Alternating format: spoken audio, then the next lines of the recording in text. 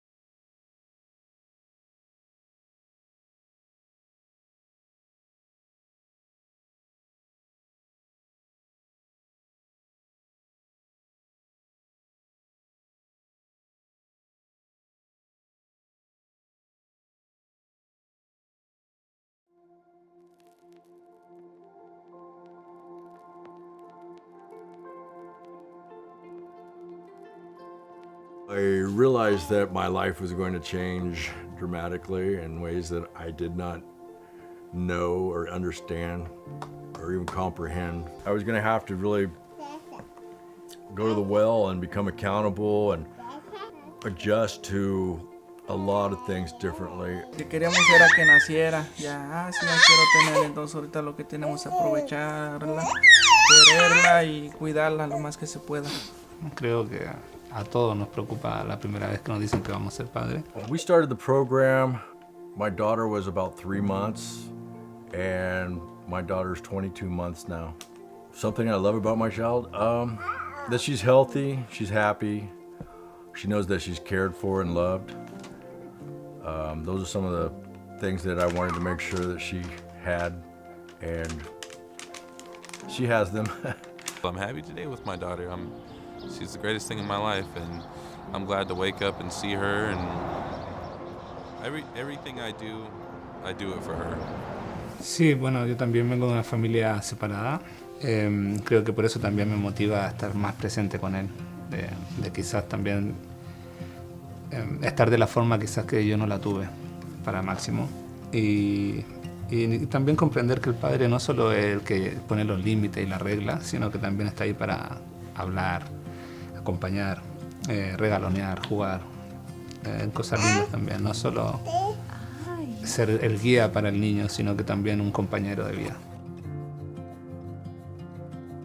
I was more of a elated and thankful because for 3 months I was in baby land, and when you're in baby world, you're just kind of flying by the seat of your pants and hoping that you're just supportive in the ways that you can be supportive. Pero pues aquí pues ya los enseñan un poquito más cosas que uno no sabía, cómo cuidarla, cómo desarrollarla, cómo educarla, y pues es algo bien porque pues cosas que yo no sabía, pues ya usted nos las dijo y todo como consejos, y pues muchas cosas que se aprendieron. Bueno, creo que por mi parte esperaba algo totalmente diferente, como un programa más frío, por decir algo, no tan cercano a la familia, sino más bien un programa de estado programado para la ayuda solamente. Y a través del programa nos hemos dado cuenta que también pasa a ser una familia con nosotros, porque nos apoya en los momentos difíciles o cuando nos hemos visto en dificultades. Siempre nos hemos podido apoyar en Gaby a través de su programa. Encuentro que ha sido fundamental el apoyo.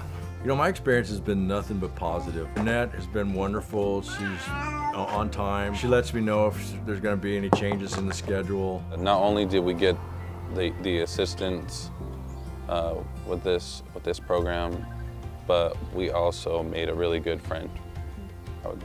I'm happy to call Gabby our friend. I still feel the challenge of being a parent now in today's world is immense. I think that you need support.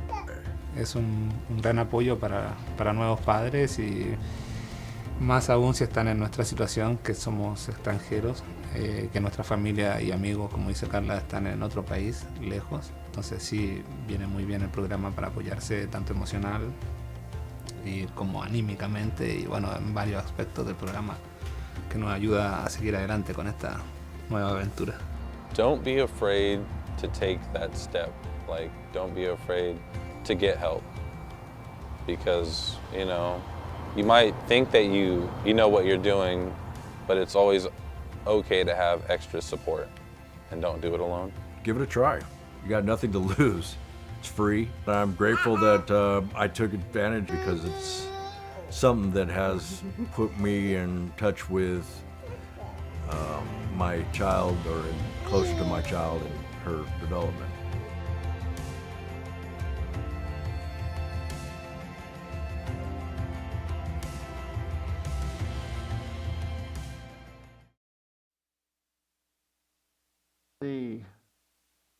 Good morning, everybody. I'm going to call the meeting to order. November 13th, 2024. This is General Government Committee, and it's 9:03. So, Clerk, could you conduct the roll call? Chair Hashak, Here. Supervisor McGordy, Here. All right, we're going to Pledge of Allegiance.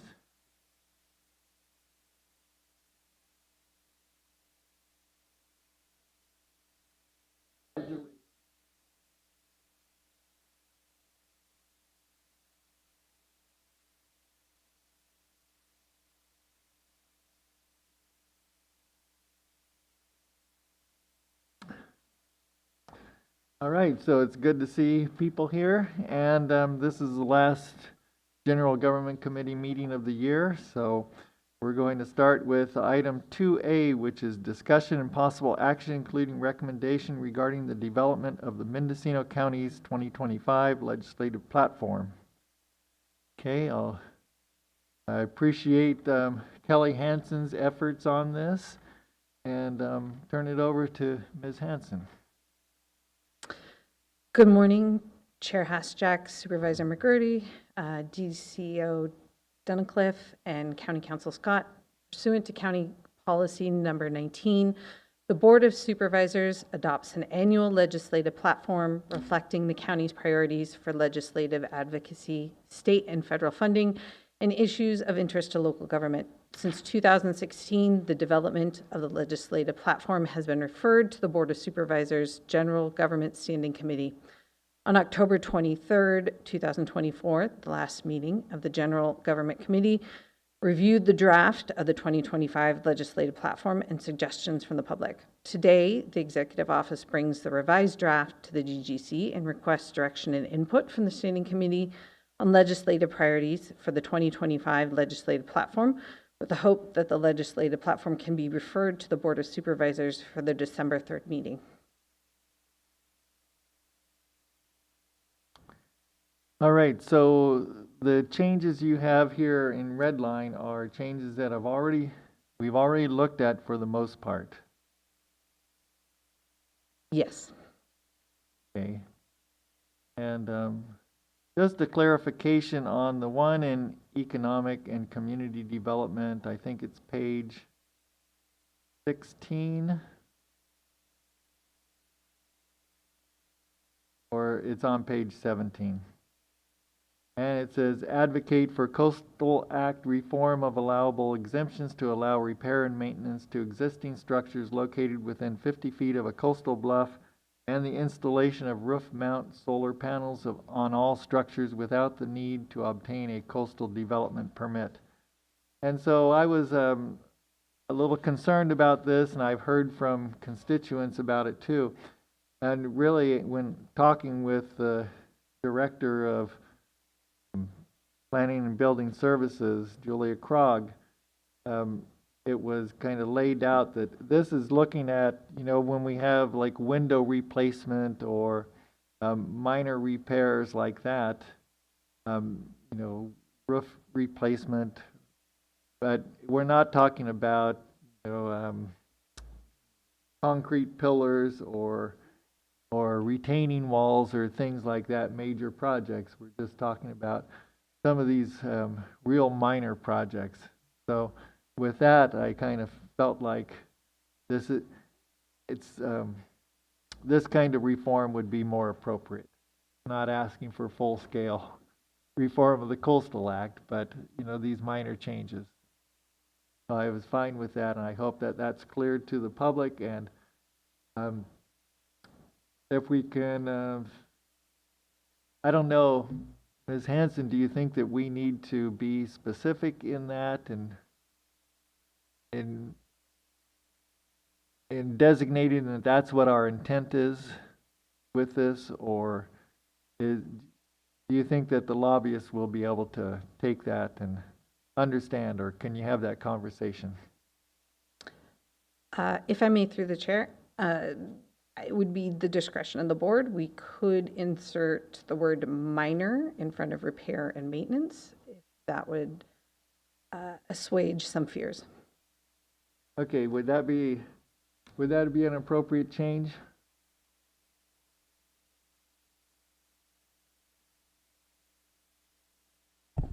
Good morning, Julia Krog, Planning and Building Services Director. I think that's certainly appropriate for the board to make. Repair and maintenance activities are already governed by a certain subchapter in the California Coastal Act, so there's already limitations on the extent of what it can include, such as you cannot replace more than 50% of a residence without it then being qualified as a new structure requiring a coastal development permit. So I think there's already some protections in there, but of course, if the board wants to add minor in there, I think that's completely acceptable. Okay. I just think that with all the things going on in the country these days, we don't need to have a big battle with the Coastal Commission. Redo the Coastal Act in these times. So I think that minor would be appropriate. Supervisor McGordy. And kind of going along with that, we have under disaster prevention, recovery, resilience, and mitigation, there's one thing in there about hazardous tree removal. Advocate for continuation of CEQA exemption for hazardous tree removal. And if I'm not mistaken, perhaps Director Krog can help us with this. The Coastal Commission doesn't like our idea that if there's dangerous trees near your building, you don't need to go to them to get a permission. I'd like your take. Sure, thank you, Julia Krog, Planning and Building Services Director. So our Board of Supervisors had adopted an urgency ordinance, I believe it was late last year, to allow for removal of hazardous trees, dead and dying disease trees, without the need to obtain a coastal development permit.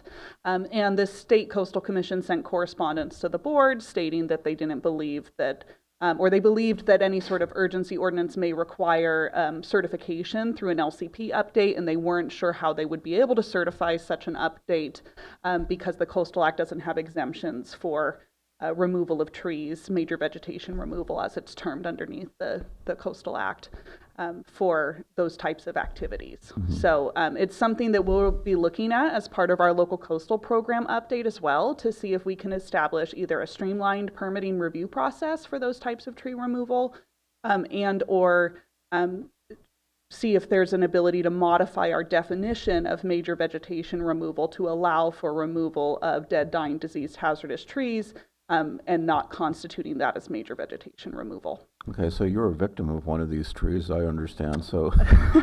I am, yes. So, I mean, certainly, I think the board has taken some action. I think to continue for CEQA exemptions to allow for that makes perfect sense for the board and is in line with some of the direction that the board has previously taken. So are we good with this, or do we need to have a separate item that specifically addresses the local coastal plan and having an exemption for dangerous and hazardous trees near dwellings? Well, the board has already given direction on that as part of when we were discussing the urgency ordinance. So for myself personally, I don't think we need that direction because it wouldn't really be part of your legislative platform. It's really more direction to staff on as we move forward with our local coastal program update and ensuring that we address that as part of the update. Okay, so we're covered is what you're telling me. Yes. Okay, yes. Thank you. Thank you. All right. Anything else, Supervisor? Yeah, I just wanted to talk a little bit about all of the changes in our legislative platform concerning the Potter Valley project and the fact that we've moved away from trying to take over PG&E's electrical facility because we found out that's going to be a dead end for us. We couldn't put together the necessary coalition, get the funding and everything else that we needed. So essentially, the power facility from water and Eel River transfers for now is really not an issue. So now we're focused more on trying to get support and continue to get what's necessary for transferring Eel River water to allow for us to continue to have water available for domestic use, agriculture, and environmental management. So that's a big change from years past. And it represents progress as far as I'm concerned, because we're still continuing to be in the game. We are relying on the state to help us with the negotiations on that. So and they're involved. So clearly, we want to keep that as a priority for our county as we think about legislation for the coming year. And this is on page 15 in the natural resources section. Correct.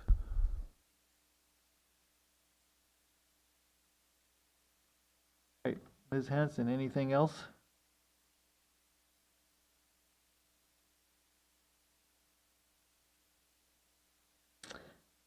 If I may, there have been some slight modifications as well to the agriculture section as well, On page 15. and 16.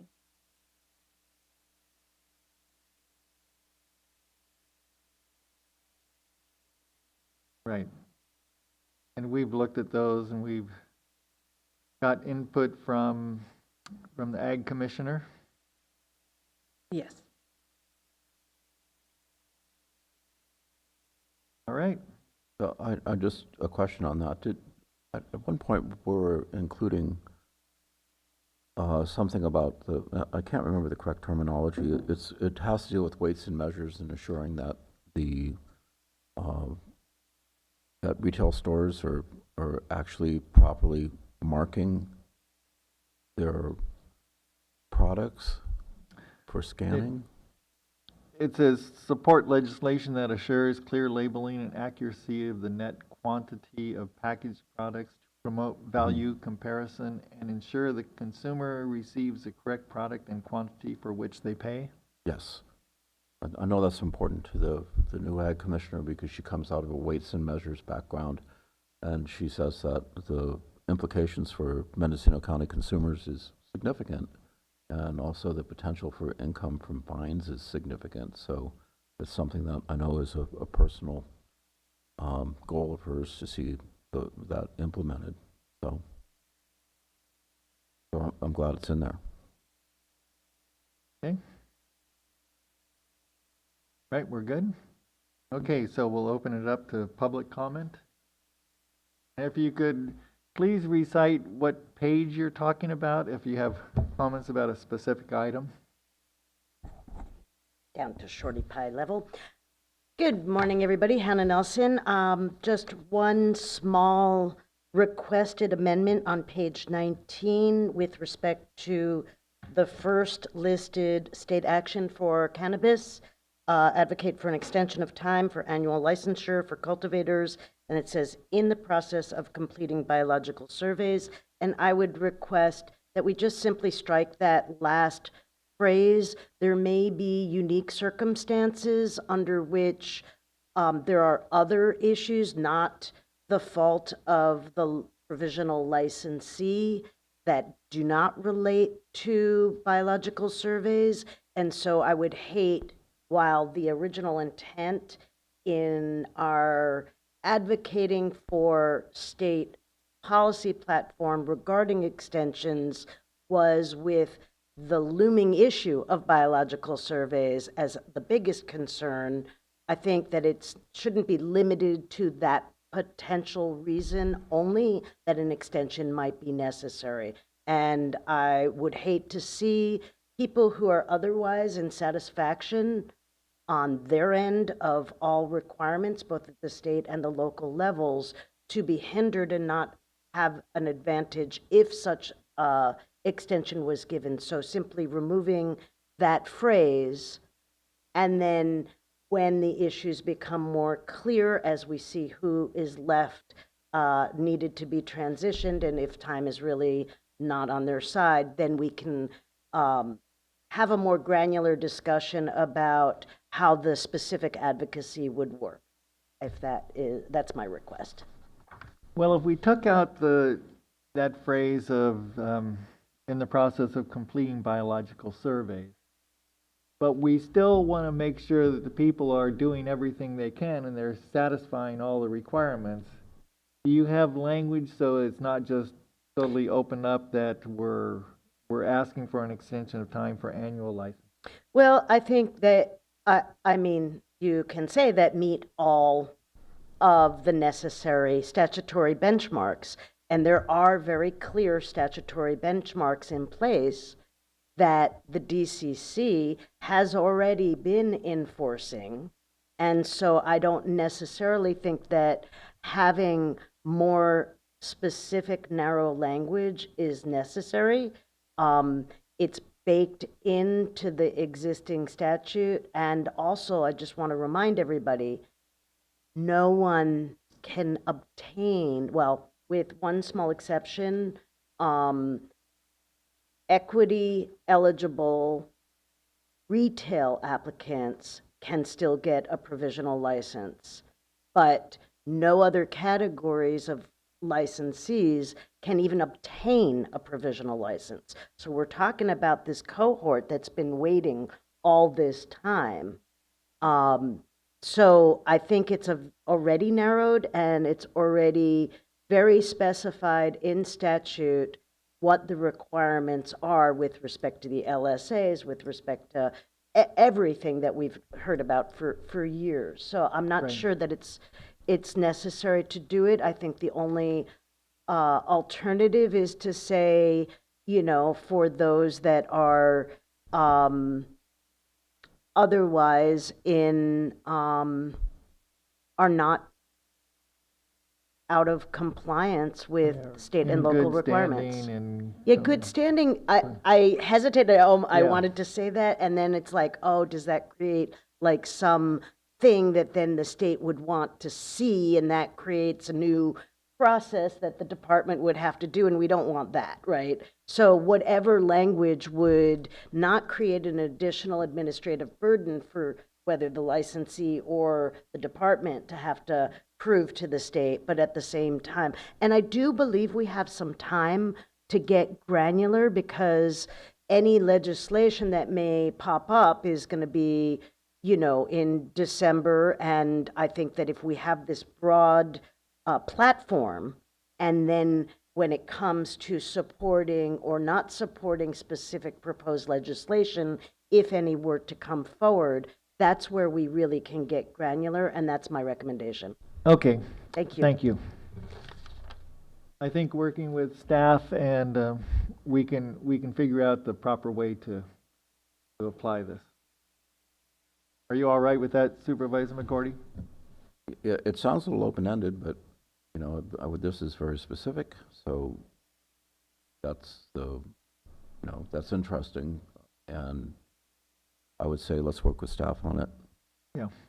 Okay. I don't even know how many people this really affects, but you know, we want to see people who have made a good faith effort to complete their application process get through. Yeah, if there are those out there that are just getting hung up by some bureaucratic, you know, blockade right at this point. Yeah. So, okay. Hi, Paul Hansberry, Lovingly and Legally. You were talking before about changing some language, including minor revisions. I would, in an effort to try to narrow that down and to be more specific, you might want to include not only minor but also cosmetic changes, things that are not structural, but you know, that are cosmetic and or minor improvements. Secondly, I'd like to I would hope that this legislative agenda would also be able to be expanded, because it's very possible that there may be some things that advocacy would be requested for items that are coming up later on in this meeting. So that you would have room to expand the legislative agenda to include things that may come up later on today. Okay. Thank you. This is a draft, I believe, that's going to go to the board for final approval, correct? Right, on December 3rd. Right. Okay. Any other comments from the public? Any online? Seeing none. All right.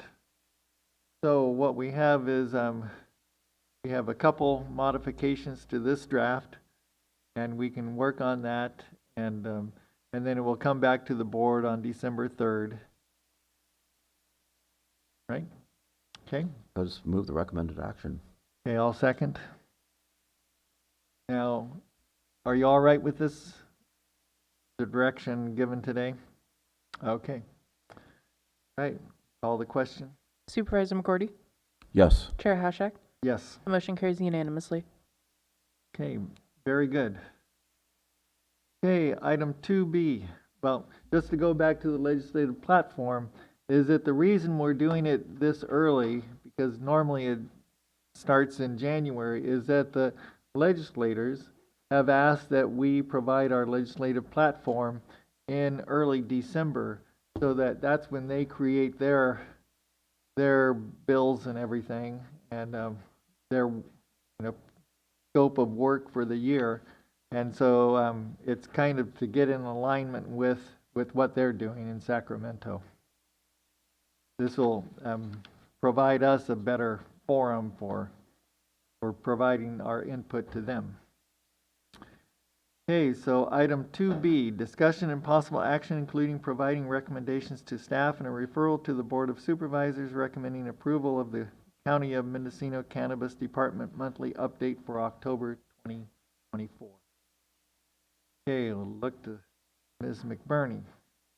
Good morning, supervisors. My name is Sarah McBurney with the Mendocino Cannabis Department, here to present our activity report for October of 2024.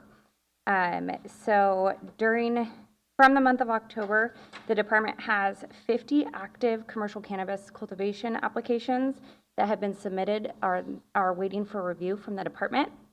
We have issued a total of 594 cannabis cultivation business licenses for a total of 644 in-program applications, or CCBLs.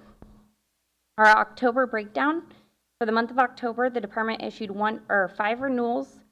We issued 19 Phase 1 and Phase 2 issuances, 0 Phase 3 issuances. We had 2 CCBL holders withdraw from the program. We denied a total of 7 CCBL applications. We processed a total of 2 modifications and had 1 reassignment processed. So the total CCBLs processed for October was 33. For the year-to-date numbers, we had 327 2024 year-to-date CCBLs issued, and we've had 187 licenses withdraw or deny from the program. For our licensing numbers, 30 of the licenses that have been issued with the Mendocino Cannabis Department have an annual license at the DCC, so that is an increase from the last month. Kind of jumping ahead, some exciting news: we have started to see our applicants send in annual licenses from the DCC, so we are starting to see that transition slowly but surely. And as we continue to communicate with the DCC and our applicants, this number should start increasing pretty rapidly. We have a total of 463 MCD licenses issued with provisionals, and then 101 licenses issued without a DCC. So as a reminder to all in-program applicants and folks that potentially would like to join in, you cannot cultivate commercial cannabis without a DCC license and a county license. So these 101 will be working on their annual license. For 2024 renewals, we have 132 renewals issued year to date, with 7 renewals pending. For our square footage, As a reminder, this is the approximate number of square footage that could be grown in Mendocino County if everyone cultivated the max number of square footage that they were issued or licensed for. So total issued square footage in Mendocino County is 6,248,000. And then in our report, we do give a breakdown by subtype. And then there is still 75,000 square feet under review of cultivation as well. Our review data is that currently for the month of October, we had 15 assignments assigned to our 4-leaf contract planners. We had 3 additional renewals assigned to 4-leaf. The number of applications assigned to MCD planners is 16 with 4 renewals. The number of inspections for the month of September, or this should say October, the number of inspections completed for the month of October was 2. And both of those were boots on the ground on-site inspections. So as I mentioned last month's monthly report, our Gantt chart does show that we are currently on track. I think it's important to note in our Gantt chart that the number of review hours has gone down for both the renewal applications and the initial inspections. So although time studies are still showing that we're 25 for initial applications, 15 for renewals, all the applications that are left under review as part of our logjam backjam have already been touched in some capacity. They've all had some element of review. The department is projecting that we are on track for the December 31st, 2024 deadline and does expect those. But I just want to point out in our Gantt chart, those hours are going to show reduced. So the reason for that is the workload on them has already been in some capacity completed. I have a question. So compared to a year ago when things were so bad where it was taking over 100 hours plus to review an application, what changed? If I may, through the chair. Yes, and it was 200 hours. Okay. So That's being generous. I think that, kind of the contributing factors to the decrease in review time is there's a lot associated with it, right? 10A17 has been streamlined multiple times, which has allowed for ease of progress. I think it's taken the planning team to really kind of get the process understood and working with our state and local agencies to ensure processing of timelines is complete, and really just some overall organization of the department to ensure that priorities were made clear and the tasks at hand were kind of laid out appropriately in order for the team to be successful with them. Additionally, as we've been processing applications and getting through the backlog of them, the applicants that are in program now are like our true cannabis cultivators that want to remain in program. They are, for the most part, responsive. They're engaged with the department. They want to talk about, policy. They want to really work together to get to the finish line on these things. So I think that there's a ton of contributing factors that have really shown the progress that we see before us today. I think that, the applicants, the county, I think everyone can kind of agree we've felt all of those efficiencies, right? And we're very glad to see them where they are today. Just anecdotally, Scott Ward, my old friend, told me when we were in the middle of this struggling through 200 hours on an application, he said, hey, as a former planner, this should take 20 to 25 hours. He said, when I put these together for people, that's about how much time I spend. So I'm glad that he was right and that the department has really made a humongous progress on making the process work. Thank you. Yeah, and with the application too, it's the understanding that there's multiple applications running at the same time, right? So it's not like you can sit down with one application and 25 hours later, here's a license.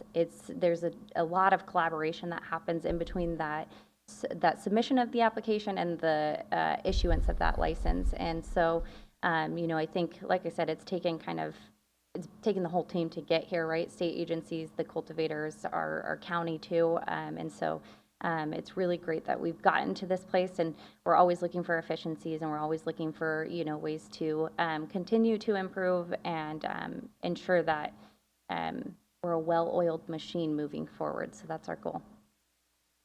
When we look at the possible log jams that our current from October the 50 applications kind of face, there's a couple different things that I want to point out. So we've talked a lot about administrative permits, and the process for full administrative permit can take about 6 to 8 months to complete. Currently, there are 9 provisional licensees with APs that are all under review. And I do want to give a shout out to our Planning and Building Services Department. They've worked really hard to ensure the priority of these applications and making sure that they're going to be finished prior to the deadline. They've worked to schedule extra zoning administrator meetings and extra archaeological commission meetings to make this happen. And so with the new streamline of the AP process and the new challenges, we are expecting all 9 of these to be processed and approved and issued at the MCD level by December 23rd of 2024, so right in time for our deadline. So we're really excited about that date. The APs, pending any hiccups, will go through, and like I said, taking the whole team to get here. So very excited to see those 9 AP process holders get kind of pulled over the finish line. In addition to the 9 applications that have administrative permits, there are 4 applications with provisional deadlines that are on track for denial. And the reason why these 4 applicants are on track for denial is the county has requested several. Each application is different, but there's some sort of document or material need from this application in order to get it finalized. And we're not receiving those materials from the applicant. So all 4 of these had the first start of a deficiency notice, an official deficiency notice sent out on November 1st. So with our process, they will get 3 deficiency notices. Each deficiency notice is a 15-day notice. So starting November 1st, they will have 45 days in total to have those materials to the department, or they will be denied. And so that messaging is very clear. In these deficiency notices that's sent out, we're working to communicate with these applicants via USPS, mail, email, phone calls. The nice thing is with these 4 applicants, they're all responsive, right? So we're communicating with them, we're getting them on the horn, we're chatting through with this process, but ultimately, if we don't receive the materials, we will have to go down the path of denial. I spoke last month during our monthly update about an applicant who we were waiting to receive payment from, and we had waited since July. And so ultimately the department did have to deny that application because we need these materials in order to stay on track. And as we project our 2025 workload and moving forward workload, there are going to be deadlines in which applicants have to meet program submission dates in order to stay in the compliant market, or we're not going to be able to have those applicants in the compliant market. So I really encourage, even our phase 3 applicants, if these 4 applicants are listening to this and know who they are, please get us your materials. But our phase 3 applicants, and as we move forward in the program too, deficiency notices are key, both from Mendocino Cannabis Department and from the Department of Cannabis Control, so both at the local and state levels. Any materials that are needed to complete the processing of your license, and without those, we just can't license you at the local level. Well, I think one of the big changes is that there's a lot of communication going on, and that it kind of makes clear where the problems are, and people know what the problems are. And if there's not that communication, and especially some of those ones that were denied earlier were because they weren't communicating with the department, but we were making every effort to communicate with them. And so in this case, it's kind of like going back and forth. It's just that some of the key parts of it aren't happening. So the denial has to happen at some point. That's correct. And we've really tried, we've waited truly until the 11th hour to receive these materials. We're now in November. We've got a December 31st deadline. The applicants were communicated way before November 1st on the need of these materials. November 1st was just the official start of the denial process for them. So some of these applicants have been with I believe all 4 of the ones that are in question are currently assigned to 4-leaf planners.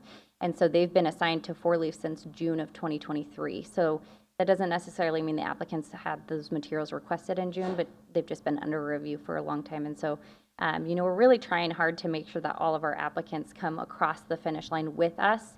And I encourage any applicants that if you receive a deficiency notice and you're not quite sure what is being asked of you, or you've never heard of the material, anything like that, please reach out to the department. We're happy to help. We're happy to walk through, especially as we move forward plan. Our planning team is small but mighty. It's a planning team of 3, so you will be assigned to one of 3, and I can guarantee you that planner wants to get you across the finish line and knows exactly where your application is, so they're happy to help you with that process as well. So, really trying to get everyone to remain in program as much as possible. Okay, and then with the EIR, I was able to touch on it earlier a little bit as well. So October 17th, 2024 was the official certification of the state EIR. So it is available on our website for any applicants or community members that would like to just lay eyes on it. That information is available on our website, on the state website. We do not have a copy like we did with the draft EIR. We don't have a copy for folks to read at our counter. However, we're happy to supply a computer if anyone's interested in that. But the EIR is here. We have started seeing annual licenses slowly trickle in. I assume that as we continue on, we will see more in communication with the DCC. They were able to, CDFW, the DCC, and the Cannabis Department have all been working really diligently together to identify core groups of folks who would be able to transition really easily. And so as the DCC worked with us, they were able to also identify this bucket of licenses that would be able to transition quickly after the EIR was certified. So I think we're starting to see that. We're looking forward to more trickling in. And applicants, if you're listening to this, or licensees, and you receive your annual license, please send it our way. We will update your files. We will have that information from the DCC as well. We just tend to get it from our applicants a little bit quicker. We had, even last week, I had someone call me and they were just ecstatic and, just really able. It was great to be able to celebrate that win with this applicant. Someone that I've worked with since starting at the department, and just, they were crying on the phone, and so it was really touching. It was a good win to celebrate with them too. So we're happy to share that news with you if you want to send it our way. The question here, so what's happened with the sensitive species habitat review in light of the EIR? If I may, through the chair. Yes. So the sensitive species habitat review is done at our local level. And so the EIR is more of the full-blown CEQA review, and will take site-specific environmental impacts into account in terms of their annual licensure. The sensitive species habitat review is done at our local level to deem less. We look at applications and we can deem them either less than significant or identify potential sensitive impacts that may come as a need. And so previously that was the sensitive species was a logjam with the department. We weren't receiving a lot of feedback from CDFW. We have been in communication with them. We have been able to move through all of those. We did create a policy that allowed us to move forward if we didn't hear back from CDFW within 30 days and we could deem less than significant on our own, even though they may have had sensitive habitat hits on our screening tool. We were able to issue those licenses. So the department has been able to move through that logjam. We currently don't have any licenses awaiting the sensitive species habitat review kind of logjam that we did in the past. We're continuing to work with CDFW and the DCC to really refine overall that process, and I expect that we will probably have some updates on it, but as for the time being, we're happy to report that logjam is no longer a logjam. So basically, if CDFW didn't respond, we assumed all is well? If I may, through the chair? Not exactly. So if CDFW did not respond, we still had the sensitive species habitat review tool to use on our side. And so the nice thing is CDFW was able to provide after we really kind of focused on it through the general government committee meeting, and I know Supervisor Hashak was really big on leading communication with initial communication with CDFW. They were able to give us a final push of comments on, we had 30 that were left in kind of waiting that we could not deem less than significant on. So even though we hadn't heard back from CDFW and we didn't know, kind of how to move forward on those, CDFW did a last push of comments to us on those 30 and were able to provide comments back to us on that. So from those, we were able to make the determination and move forward with those applications. Okay, thank you. Yeah. I was just trying to figure out what's the correlation between the EIR and the sensitive species habitat review, and there really isn't. They're separate individual criteria. They are they are separate. They both look at environmental components of a license, but the EIR is definitely more in depth in terms of the site-specific CEQA review, whereas our screening tool allows us to utilize our licensing process and make a determination on impacts to sensitive species. Okay, thank you. Okay. On to our grant updates for the month of October. So our local equity entrepreneurial program, our LEAP grant, we are currently in round 5 of LEAP funding. So we received award notification of the 23-24 grant solicitation on February 7th. We were awarded $1.8 million. We were able to process $514,000 in fee relief applications, and the department will get started on the about $1 million in direct grant applications starting this January. So as a reminder, LEAP direct grants are up to $50,000 per equity individual. And with that $50,000, we will be able to, we have a queue of about 276 equity applicants awaiting direct grants. So we will not be opening a window for applicants to apply for direct grants. We'll be working with our queue that we already have. With the current funding, we will be able to fund about 18 direct grants with that current funding. The department is excited to announce that the grant solicitation for 24-25, aka LEAP Round 6, was opened.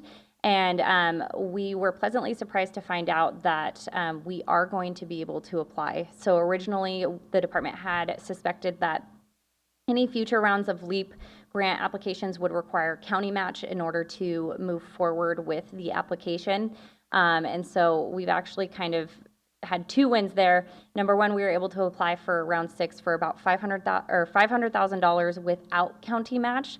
But we were also able to work with our grantor and discovered that we can utilize county staff time as a county match. So the nice thing there is we will be applying for a little bit over that $500,000 utilizing staff time that the county has contributed to our equity program.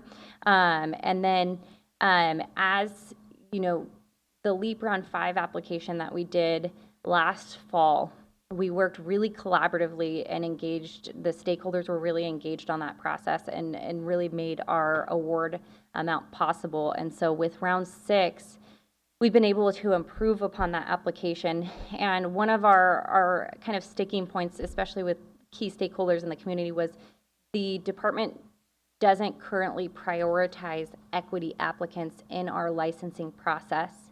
And so, kind of keeping that in mind, when we went through our tiering system with the most recent update of 10A17 in March of 2024, we're happy to announce that we are going to be able to say we did prioritize equity applicants when it came to tiering, in terms of if applicants qualified for multiple tiers during their CCBL renewal, or we weren't quite sure where to put them, we were able to utilize equity status to bump them to a further renewal tier. It didn't always work out, but equity status was taken into account when we were kind of basing those applicants to go into tiers. So we are going to be able to add that to our round 6 application in hopes that helps contribute us receiving more funding. Additionally, the way round 6 is going to work is because we are utilizing staff time as county match. From my understanding, if GoBiz goes through and is able to award all of the available monies, and they have additional funding left over, anyone that has given county match, they will be able to disperse the additional funds to those. So there's a chance we could get additional funding through providing county match as well. So we're really excited to announce that. We'll obviously keep everyone informed, via Cannanotes. So Cannanotes are our e-notification system. We encourage applicants to apply if they are not signed up yet. And we will be sending out more information on LEAP Round 5, LEAP Round 6, all of the updates for any type of available assistance through that e-notification.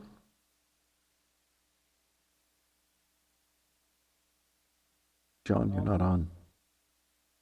I can't hear you. Oh. Okay, I wanted to thank you for all the work you've done on the LEAP and also the stakeholders who helped in that process too. It's been a real team effort, and I think it's running really well now, and we're doing everything we can to maximize the grants to the cultivators, and it's just really, it's great to see this program working so well now, because we've seen some of the darker times, and so really thank you, and to the people who've also contributed to that success. Yeah, thank you very much. And I think it's fair to say we definitely still have our opportunities, but we have some really strong wins, I think, with the LEAP program as well.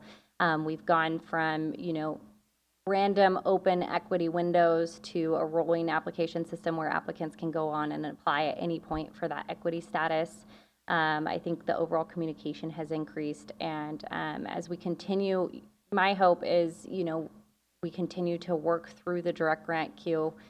I would love to get everyone funded at some point. It would take a lot of rounds of LEAP to be able to do that, but my hope is, the more we can keep giving our equity applicants funding, the hope is that they will remain in the regulated market. And so we're hopeful. We're excited to see that. Like I said, we're always looking for efficiencies and improvements in the way we do things. And I think LEAP has been one of those extremely hard obstacles in situations to kind of navigate, because it was such a opportunity within the department. And so for us to kind of be able to unweave the spider web and get to the place where we are today, we're very proud of that, and we're excited to continue to see that program forward.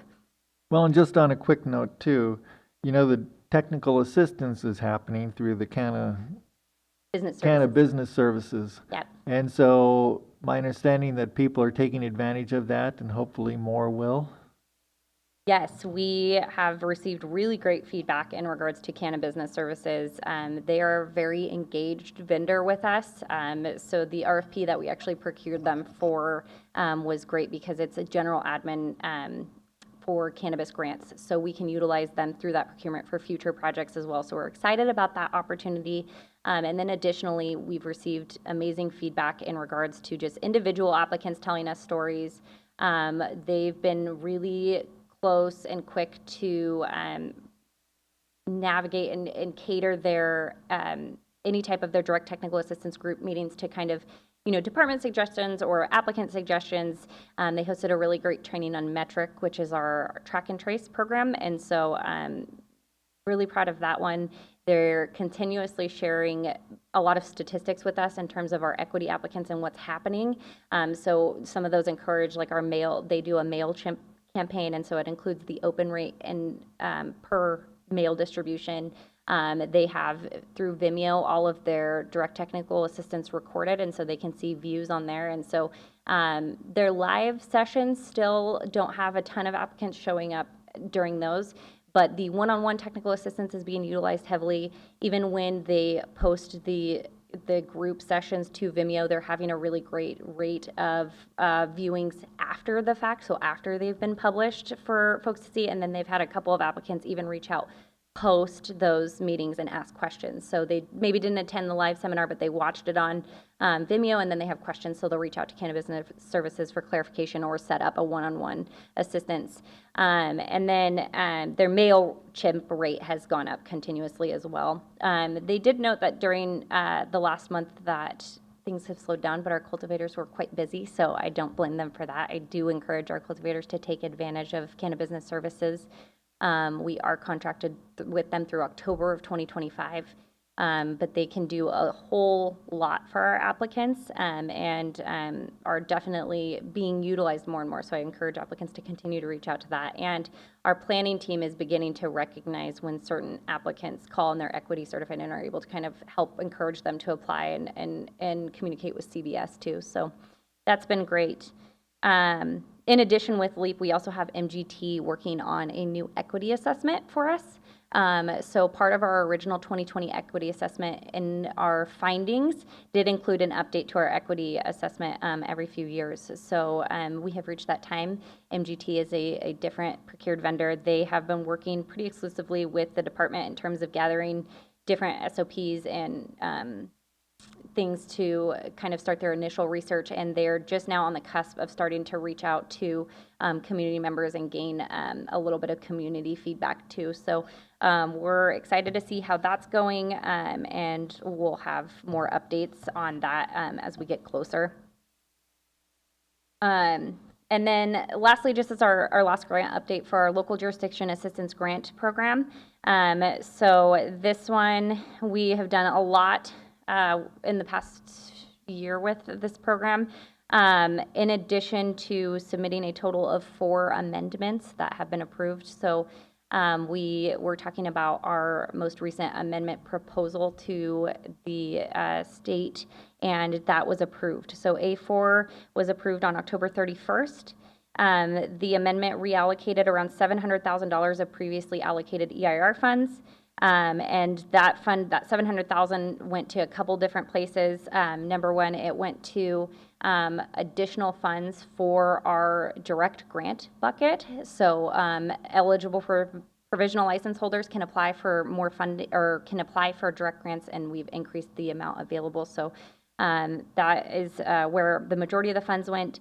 As a part of that, we've also recruited Cannabis Services over to LJAG.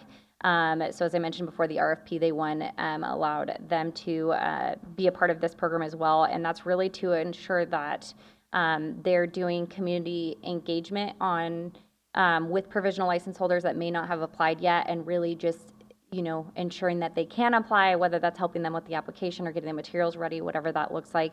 And then also just helping the department process any additional LJAGP direct grants we get. Although we've been making great progress, our hope is to gain more to absorb the rest of that funding allocated over to our direct grant bucket. And as a reminder, all of our LJAGP program funds must be expended by March 31st of 2025. So the department hope is to get those into Cobblestone as soon as possible, get that process going, allow Cannabis Services to assist us in that direct grant agreement compilement, and then be able to put that in there. So A4 was approved. We're excited about that. And we currently, just some stats, we have $5.6 million available for direct grant funds. We've received 269 applications. If you remove the amount of duplicates or applicants that applied that are not eligible, we have 247 applications. So in total, we have $1 million available for additional LJAGP direct grant applications. And so that equates to about 41.3 more applications that we can process. So if you are a provisional license holder and you have not yet applied for LJAGP, please do so. We have the funding and the now we'll have the team to be able to ensure your application is funded in time. We currently have 206 applications routing in Cobblestone and a total of 143 that have been have had AP batches and checks sent out. So with that, that kind of concludes my October report. Well, thank you very much for that. Supervisor McGordy. I'm curious, so the Board of Supervisors is allowing up to 2 CCBL licenses for field growing as well as mixed light. Have you seen an increase in applications since then?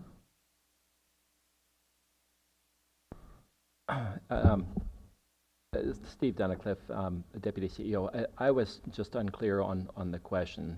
I believe that you're referring to the plain reading of the code that allows for expanded up to 20,000 square foot of mature canopy, and whether or not we've seen an increase in licenses or applications for that. Yes. And the answer is yes. I believe that the last time we had reported to your board, we had 12 licenses, and now we're at about 15. So there has been a slight increase, but not an overwhelming, crushing one. Okay, thank you. All right. Let's see, let's go to public comment.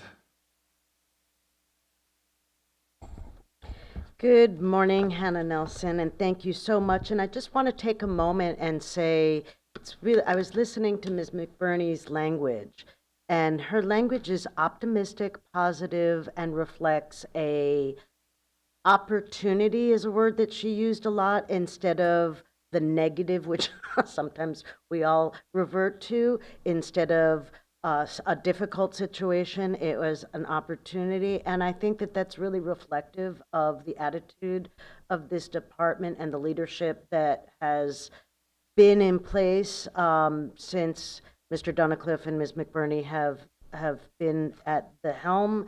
And I think it's been the single most important issue that did help with the turnaround. They inherited some very difficult situations, and there are still opportunities. They inherited opportunities. They absolutely. But I think that they seek to solve problems and not create solutions for problems that don't exist. And that's, I'd say, the single most important difference that I've experienced, and I commend them for all of that. And the language is inspiring, although I can't promise to always stick. With respect to some details in the report, I would love it as now the crunch, or maybe perhaps into the new year, as the crunch of work that this very small staffed department has undertaken shifts a little bit to less of a crush. If some of the reporting could be teased out just a little bit more and we can refine our data. So for example, breaking up the denied or withdrawn, how many were really denied and how many were really withdrawn, would be an opportunity for us to see a little bit more information and perhaps follow up with some of the people that withdrew and try and drill down as to what were the issues, so that as we're looking at any future policy changes in any areas, we have the benefit of that information if applicable. Additionally, I don't think, and please forgive me if I just didn't see it, I don't see the number of fallowed in this report, and I think that that's really also a piece of data that going forward really impacts the larger policy decisions and how the decisions are dealt with.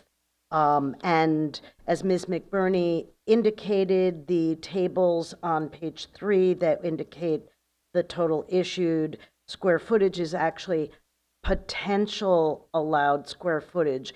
If there's an opportunity to, we have the actual amount. People are required to submit site plans which state the very specific amount of square footage that they are cultivating. And if we can see the reflection of what was possible versus what is actually being cultivated, again, just another data point that we're at a level of maturity here in the program, thank goodness, that we could potentially seek to get this information without much additional burden, and it would help in policy decisions future. I am curious with respect to Fish and Wildlife what the process, and I'm so happy to hear that the logjam has been cleared and that all the outstanding sensitive species and habitat review, which is, by the way, a local ordinance requirement, whereas the EIR addressed a state licensing CEQA burden. We had the mitigated negative deck, and part of the mitigated negative deck said the ordinance had to have this local sensitive species and habitat review in conjunction with CDFW. The EIR actually has many components of looking at the same information, but it's for a different purpose for the state CEQA licensing requirement. But of course, we can all benefit from the information from both and piggyback on it. So I'm just curious about what is happening for the new applications and the way forward with CDFW, and whether or not there's any change in process or any potential for there to be another sticking point. And then with respect to the EIR, I guess the question is whether or not we have been given any indication of approximately what size bucket of licensees would be transitioned after the appeal period has ended on the certification of the EIR, which I think is maybe next week. And what are we really talking about? And also, Supervisor Chair whether or not there was any movement on information collaborating with the Department of Cannabis Control on presentation of information and processes going forward with respect to the outstanding provisional license issue and transitions. And with respect to LEAP, yay, congratulations, excellent job, fantastic.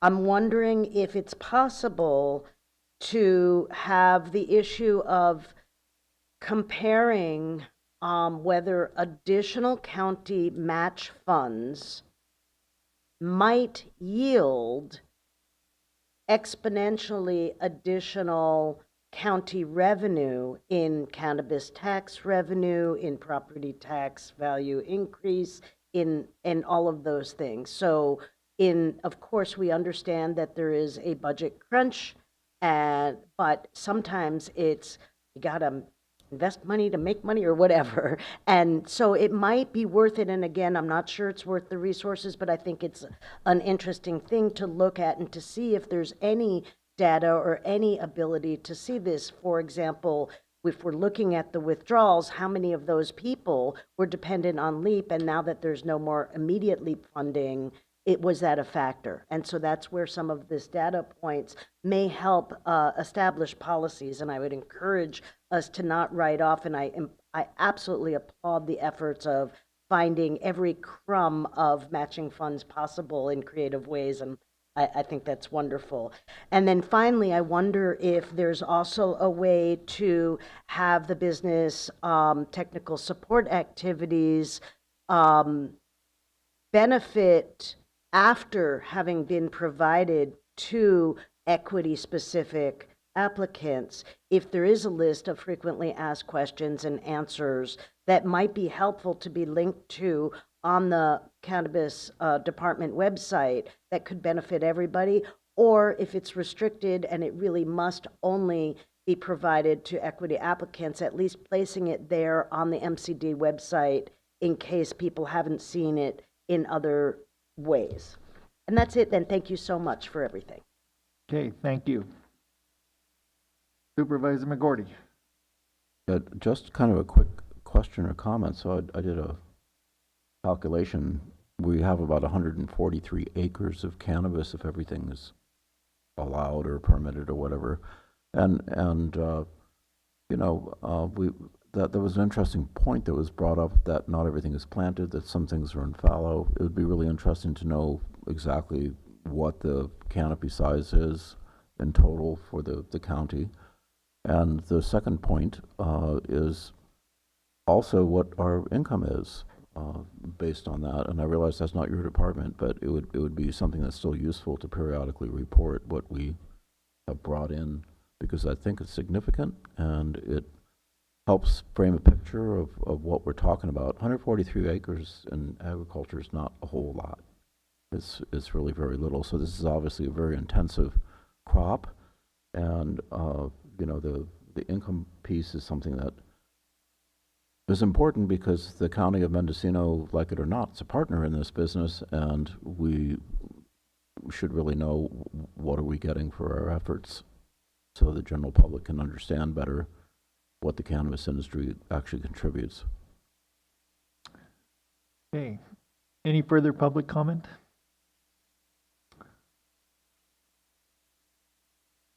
No one? A follow-up question, and I'm not quite sure if this was mentioned and I missed it, but let me ask it again, please. On page 5, third paragraph down, you state, the DCC has confirmed there will be a group of provisional licensees able to transition within the first 30 days after certification. So I'm guessing those 30 days are up in 4 days. Have you had any communication that says, yes, we've got 40 people in line, or anything that would further explain this statement? If I may, through the chair. So with that statement, that was made in communication during meetings with the DCC and CDFW. And basically with that communication, we have, as a department, received notification from applicants that they have transitioned to annual. We have yet to have a follow-up with the DCC to see the exact number that have transitioned, although my hope is, I believe we have a meeting scheduled with them in the near future, and the hope is we will have that conversation with them. And additionally, I think that there was a 30-day kind of challenge period to the finalization of the EIR2, which ends in 4 days. And so once that ends, I really think that'll kind of be the dam breaking for annual licenses coming in. But again, we will have a meeting with the DCC within the coming weeks to really confirm the number that they're seeing transition on their side. I know they're going to be eager and happy to share with us, and I know our applicants are eager and happy to share with us as well. So although we don't have an exact number, nor have we had communication with the DCC saying, hey, this many have transitioned, I expect that communication will be coming soon. Thank you. Okay. Mr. Hansberry. Paul Hansberry, lovingly and legally. It looks like you said that there was 181 withdrawals or denials. I too would love to know how many were denied. I would assume that number is minimal, that there's more withdrawals than denials, but that's just my assumption. But I'm talking about the what happens now after the EIR? I mean, we were talking about the sensitive species review was a local thing, whereas the EIR is a state thing. However, in my case, and in a number of cases, the CDFW were the people that approved the sensitive species, so that's a state agency. I'm just wondering what's next. What do we have to do? Do we just wait and wait for them to ask for more material or additional material, or just wait and say, okay, you're fine, and you just automatically get it? What happens now? I don't know. Okay, Ms. McBurney. Thank you. So again, if I may, so what happens now? So there's a couple of different variables to that question. In the previous, I believe what the speaker was asking was, as a license holder that has been issued at the county level, what happens now for me? And really, the biggest thing there is keep an eye out on your email for deficiencies sent from the DCC. That's going to be your biggest ticket to getting your annual license. So the DCC will review your application. If there's any deficiencies that they need or that they have discovered during their EIR CEQA review, they will send those to you as a need via email. So that's the biggest thing. So if you're an issued license holder waiting for your annual, please, please, please keep an eye out. Much like our 4 applicants and really the remaining applicants, so the 50 noted in the October report, what happened, what are we doing? Keep an eye out for communication, because if the state or local agencies need anything from you, your email is going to be the biggest way they communicate. And so that need will come there. But also, the other subset of folks that I was talking about are phase 3 applicants, right? So I'm a phase 3 license holder. I may not have a provisional, or maybe I'm a phase 1 and 2 and I've just applied for an annual license. Those are kind of in the same boat. Keep an eye out via email. In talks with the DCC, both provisional and non-provisional license holders are all being reviewed. And so the goal is to get everyone to annual licensure. So keep an eye out on your email. And then as phase 3s come into the program too, the department really is going to rely heavily on 10A17 to see what happens with those. So new applications that come in, 10A17, we still need to refer all sites to CDFW, and that's per our county ordinance. And then any applications that come across that have proposed expansion or need, or maybe have already done expansion, those would all need to be referred to CDFW as well at the local level. So that will be found during our sensitive species review in our screening tool. From there, we'll refer out to CDFW. So local level will rely on 10A17 to get these applications moved forward, and our MND. State level will rely on CEQA EIR to get applications to annual. And the biggest thing for applicants is watch your email. Okay, thank you. So is there any online comment? We have one tomorrow. Okay. Hi. Thanks for the time. Regarding the report, thank you so much, Sarah, for all of the great information. I had a couple of questions. Your that name, please? Maybe. Oh, I'm sorry, Tamara Kislak. Okay, thank you. A couple of questions. It sounds like there's a lot of data available for the technical assistance for the equity applicants. I was just wondering if we know what percentage of applicants are being served. And then secondly, for the LJAGP money, I know that we had an issue with our LEAP money in the past where we had to give it back, and that affected our eligibility for future grants. I'm wondering, it sounds like there's a deadline for the LJAGP money. Do we have to give that money back, and will it affect our eligibility? And then also a suggestion, if that's the case, and we can't get the other 41.3 or whatever people to apply, is there an opportunity to increase the grant limits? Thanks. Right. Ms. McBurney. Okay, if I may. So I apologize, Tamara, I caught the second question, but in terms of LJAG, so there is a significant chance that the $1 million in direct grant funding could potentially be sent back to the state. So at this point, in order to, so for example, if we have a LJAGP's only qualification to qualify for the grant is to be a provisional license holder, and expenses have to have been from January 1st, 2022 to February 29th, 2024. So really that's the eligibility. There is not a fear of folks getting that criteria kind of stripped away from them as we saw with the LEAP program. So, as long as you have your provisional license or had your provisional license and you have those qualifying expenses, that's kind of what the criteria was to get the LJAGP grant. So that criteria is not going anywhere. That's written in our program manual, which is also online. The issue now with revisiting the program and revisiting how our direct grants work. So currently, as a provisional license holder, you're eligible for up to $25,000 in reimbursable expenses. That was created through our crafting of this program in our program manual. At this point, there is not realistically enough time to redo that program manual and have that approved by the state and redo the application process to get that $1 million out. So the March 31st deadline is going to come very quickly.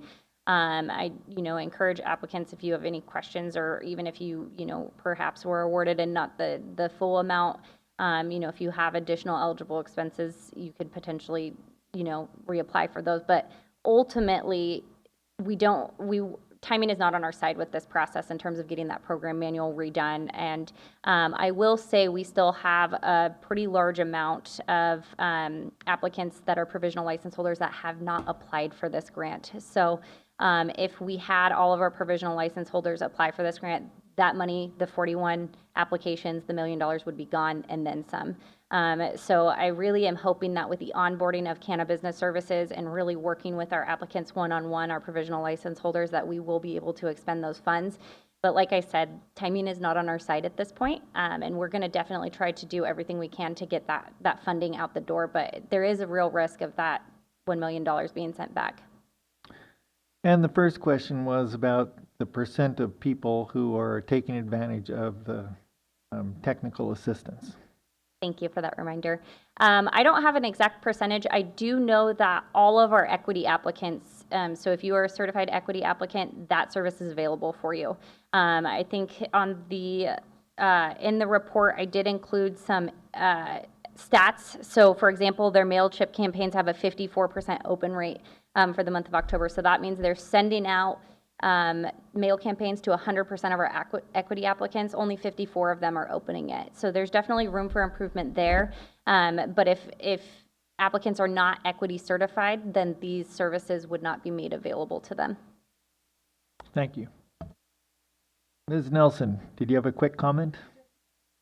Trying to clarify for people, in addition to looking at emails for the DCC transition to annual, the DCC had routinely opened up scientific amendments for each state license holder for Mendocino County, or sometimes it was a coincidence that the licensee had a new pest management plan or a site diagram that they opened up their own scientific amendment, and then the DCC kept those open. So another way to look is to go onto your state ACELA licensing system and see whether or not that scientific amendment is still outstanding.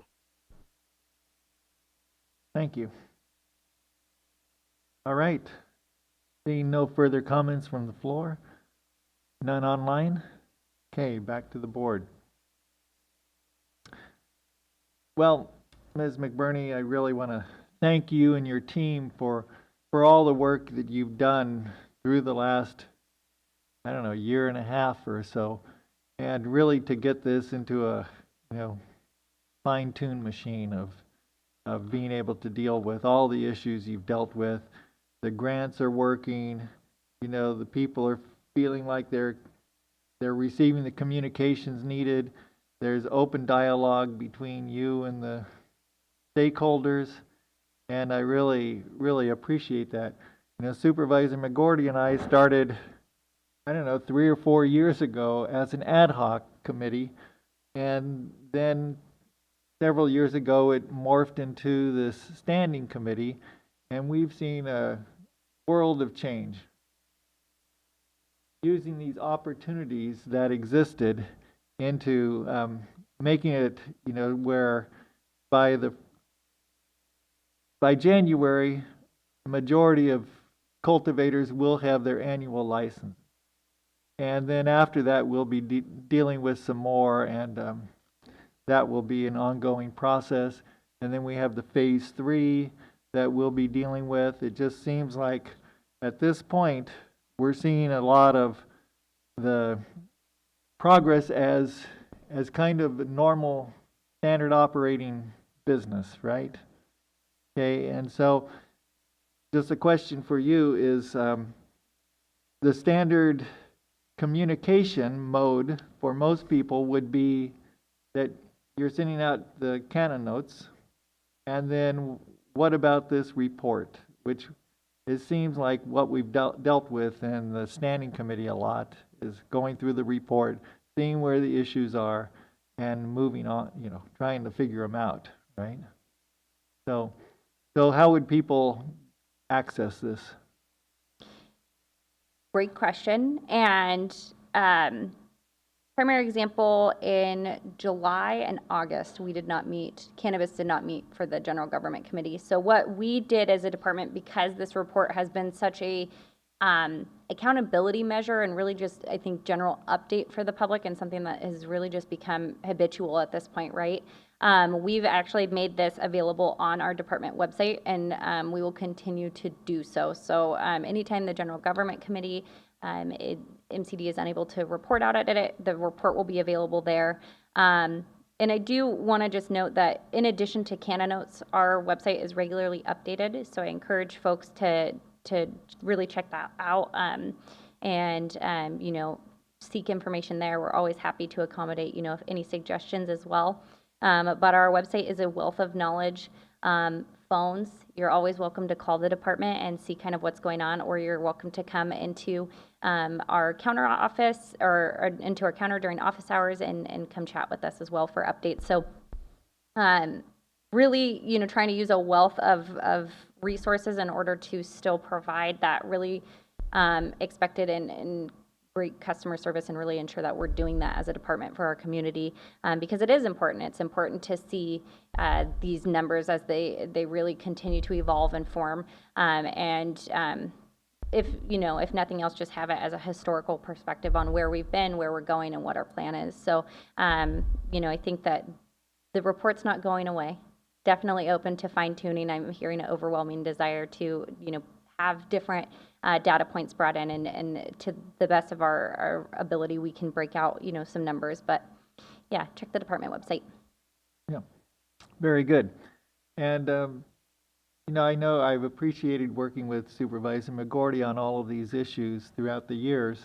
And as we, you know, Supervisor McGordy is retiring at the end of this year, and he'll certainly be missed, and certainly his contribution to making this program work is really great. So I really appreciate that. And looking forward, you know, according to our numerical calculations of who is the chair of the board, you know, I'm in line for being the next chair, but it's not for sure. But we would probably have 2 new people on the General Government Committee. And so I think at this point, since the cannabis department is running so smoothly, and certainly if there's any issues that come up that need to be dealt with, the board can always recommend those to the General Government Committee. But I think that what we're best served with at this point is to not have the cannabis department doing a monthly update, but just as needed, come into the General Government Committee or to the board for issues that need to be resolved. And I think that would be my recommendation going forward. I don't know about you, Supervisor McGordy, but I think that's good. And I have to tell you, coming from my academic background, University of California, which is very much a meritocracy where you get places because you're successful, cannabis issues have felt like a great failure for me for the initial 2 to 3 years that I was on the board, and now I'm starting to feel like, yeah, we can be proud of what's happened here thanks to Mr. Duncliffe and Ms. McBurney and all the people who've hung in, okay? It hasn't been easy for you. You guys are survivors at this point. And I, you know, really believe that this is an industry that's part of the mix of Mendocino County culture and agriculture. And I think has calmed down enough to where periodic, maybe quarterly reports would be good for general government unless there's hot topics or issues that come up. But yeah, a lot of progress has been made, and it's been really difficult at times, but people have been patient. I haven't seen too many outbursts of frustration, and as we've dealt with a very gnarly subject. And you know, I thank you for your leadership, John, and it's been a pleasure and an honor to work with this group of people who I know are important to Mendocino County. all right. Very good. So with that, can we have a motion to? Yes, I suggest that we take the recommended action to provide recommendations to staff, which we have, and a referral to the Board of Supervisors recommending approval of the County of Mendocino Cannabis monthly update for October 2024. And let me look to County Council or Deputy CEO Duncliffe. Do we need to add that our recommendation is to not have cannabis monthly report for the GGC, or can we just leave it to the next GGC to deal with it? Charlotte Scott, County Council, I think you could do either. In either case, it would be up to the full Board of Supervisors to give direction to staff. If you'd like to include as part of the referral that will be provided to the board, that recommendation can be added. It's also something that can be taken up in the new year as well. It's really up to. I think it'd be good for us to recommend that as part of our closure for the year. Just saying that we recommend that this not be a monthly report, but quarterly or as needed. Okay. Did you capture that? All right, so that's the motion? Yes. Okay, and I'll second it. And really, from the GGC, we want to thank Cannabis Department, Deputy CEO Dunicliffe, Program Manager Bernie, and all the staff, the 3 or 4 that you have at this point. That really, they've done an exceptional job. Hear, hear. So I'll call the question. Chair Hashak? Yes. Supervisor McGrory? Yes. The motion carries unanimously. All right, let's take a 10-minute break. We'll come back at 20 of, and we'll deal with item 2C. 3A, 3B, and 3C.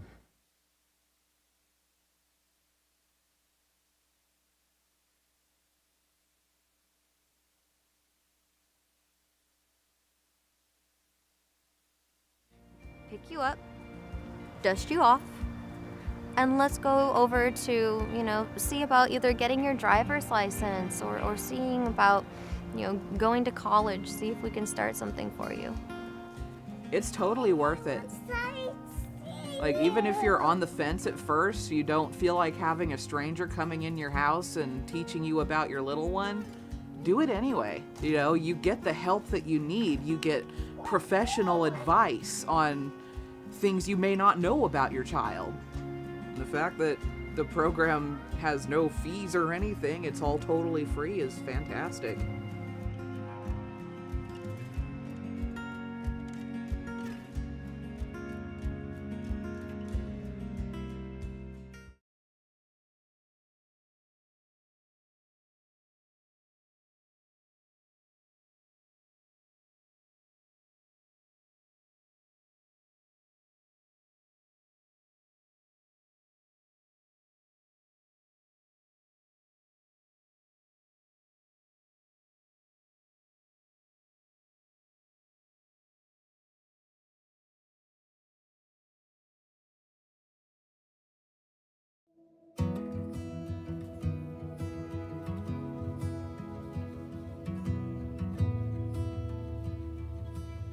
Yo creo que si conozco a alguien que está próxima a ser mamá, lo primero que haría sería recomendarle el programa, porque te entrega mucho apoyo, mucha información y más que nada como apoyo emocional, una guía, te da una visión diferente de cómo es ser papá aquí, quizás en este país. Y así pues es un bonito programa, porque pues es buena persona la señora y los ha atendido muy bien.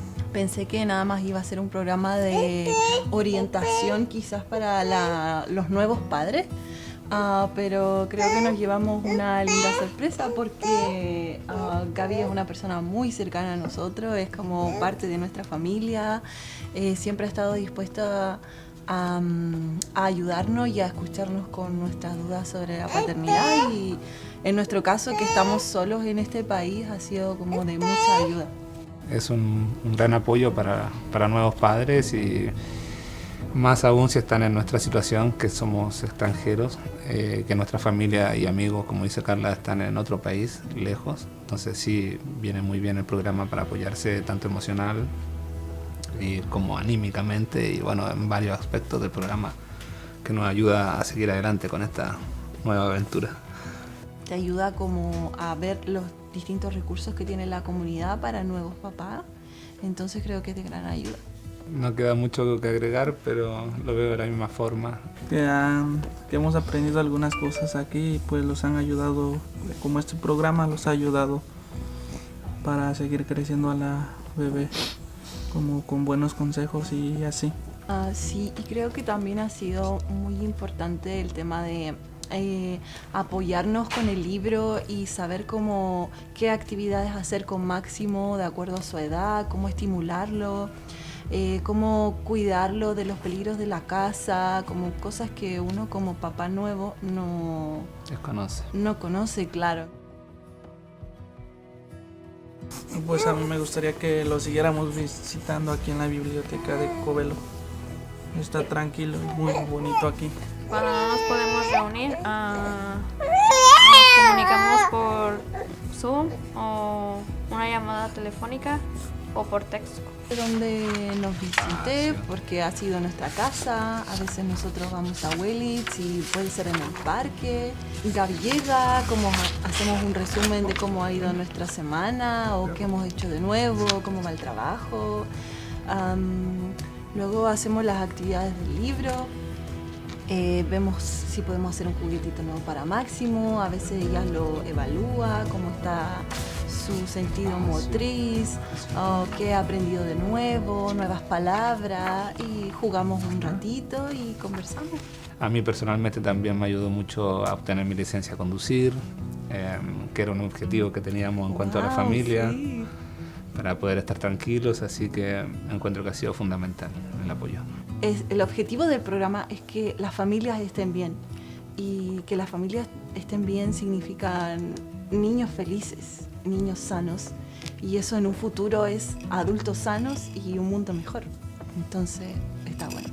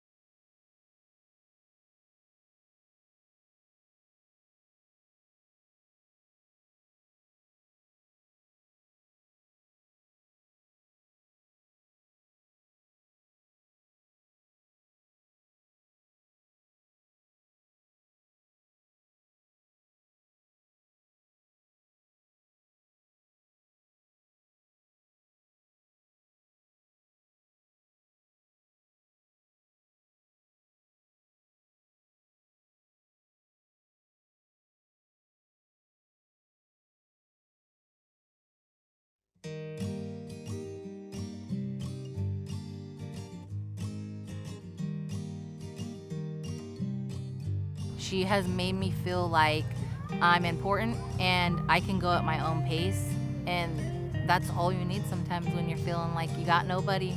It was helpful to have somebody there kind of holding my hand and guiding me and letting me know this is kind of the normal. It felt like I was becoming a new mom, so it was very interesting and helpful, very, very helpful. You know, there was that self-conscious part of me, like, will I be accepted even though I'm not perfect? What I like the most is that she really listens. The support that she gives me is special because she does it with love, and it's just natural, you know? That's all I could say. It just feels like somebody that I've known since I was little. You know, I said to Jeanette, Jeanette, you're supposed to be with me for 5 years. Jeanette said, yeah, I know, I'm going to be with you guys for 5 years. That's when I said, well, I guess I can trust her. She's going to be with us for 5 years. Yo creo que quizás pasó como a la segunda visita o algo así, como que ya nos presentamos formalmente. Y luego ya creo que en la segunda visita estaba como todo más tranquilo, como muy, como que el ambiente era muy familiar.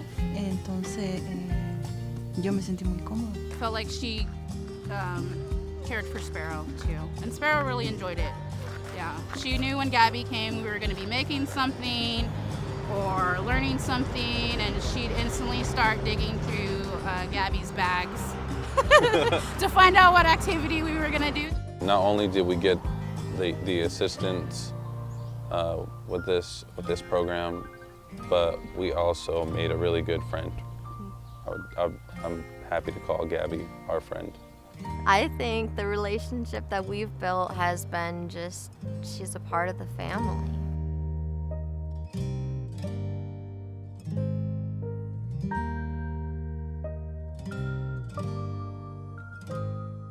Are you prepared?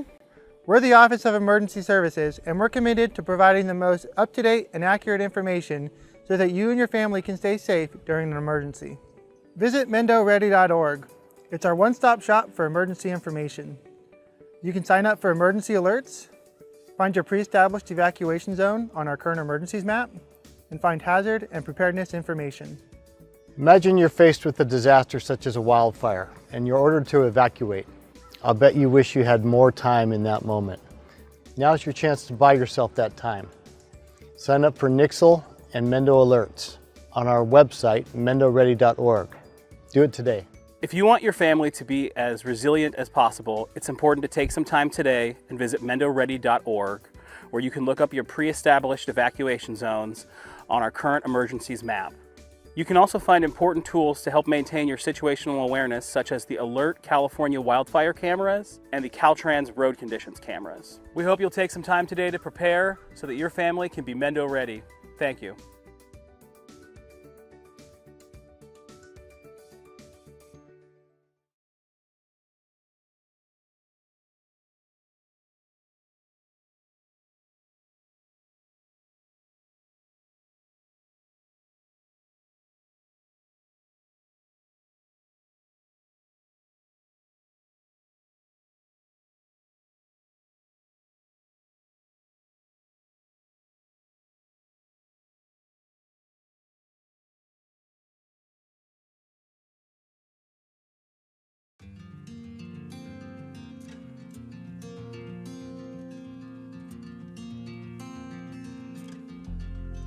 When I first realized that I was gonna be a parent, I was super scared. After 2 or 3 weeks of meeting in the home visiting program, I was totally comfortable with the fact that I was gonna have a baby.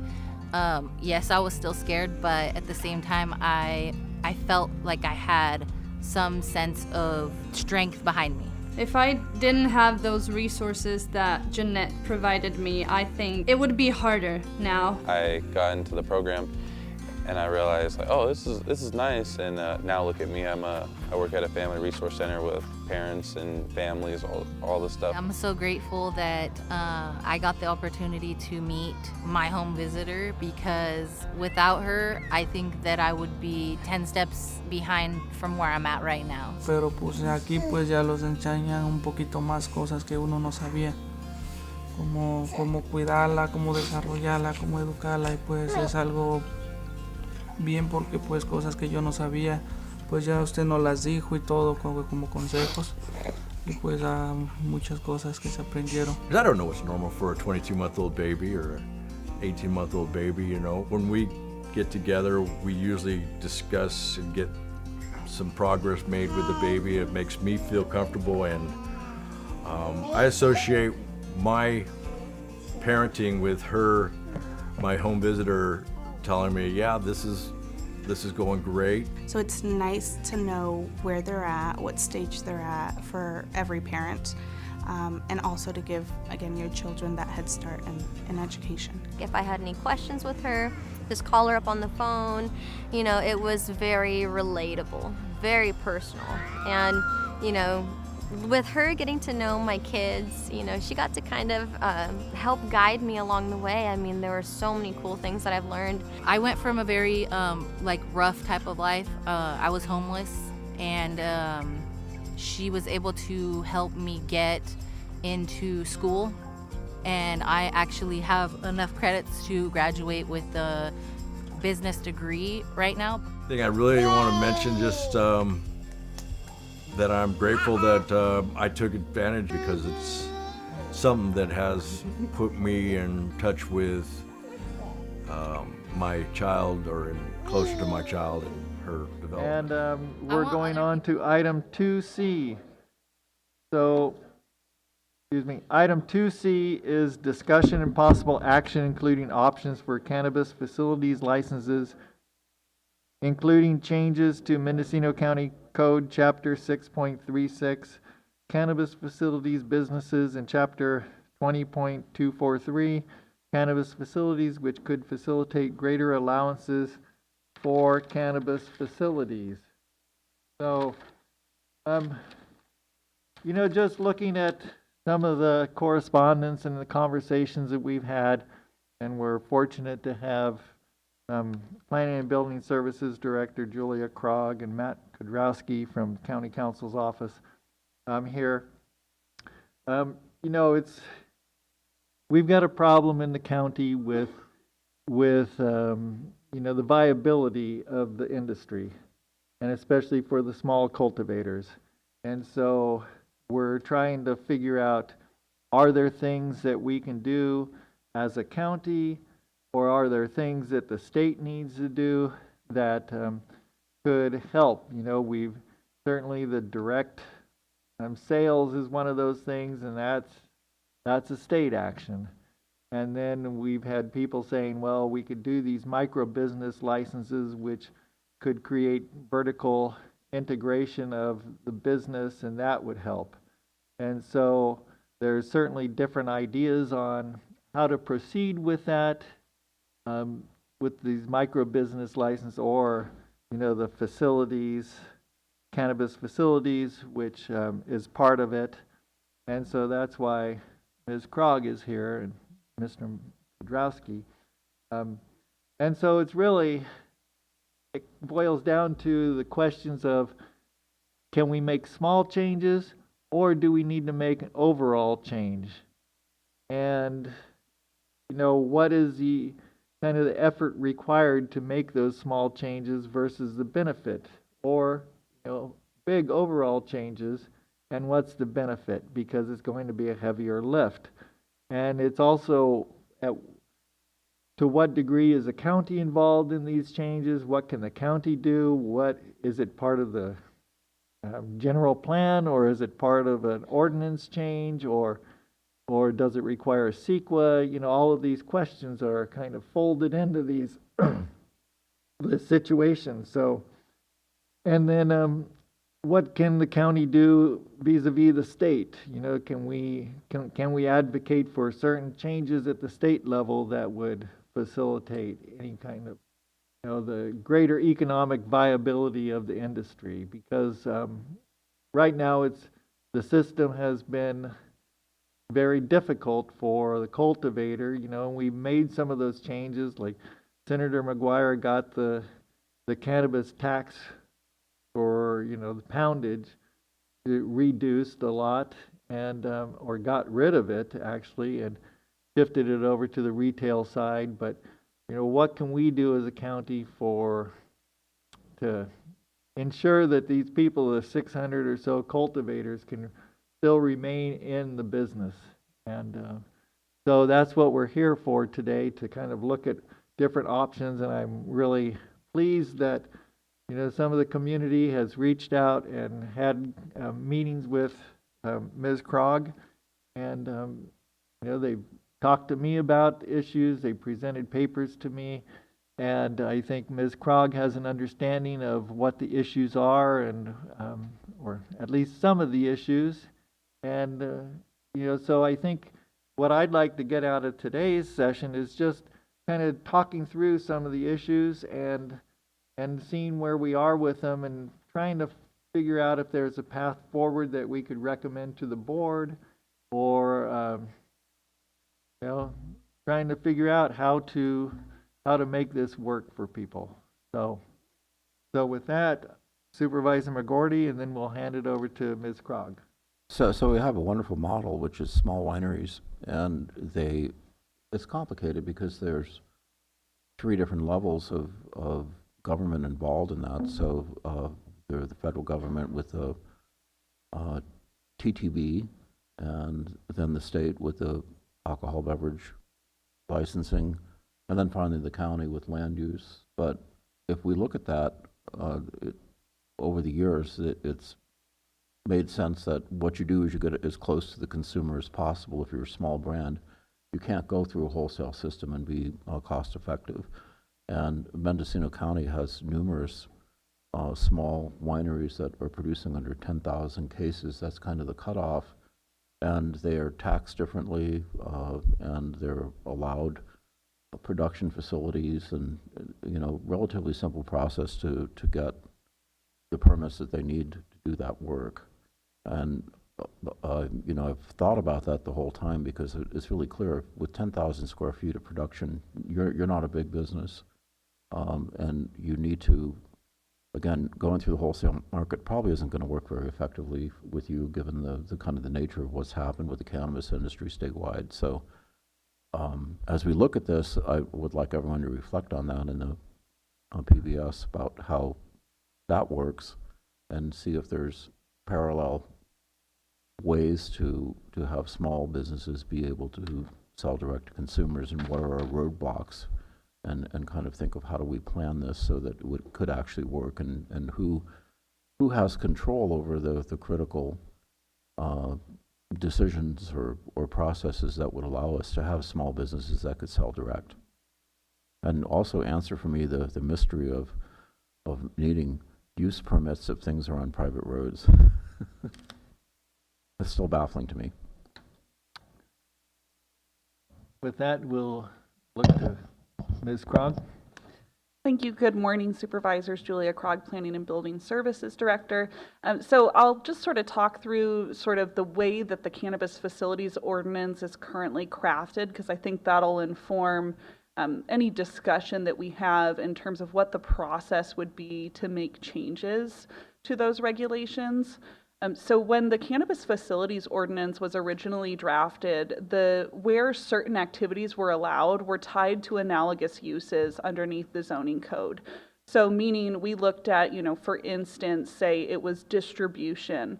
We looked at the zoning districts where a similar use type, wholesaling, storage, and distribution was permissible, and at what permitting level. So we tied all of the use types for cannabis facilities to existing uses underneath the zoning regulations. So the table that you see within Chapter 20.243 is really reflective of where those analogous uses are permitted in various zoning districts.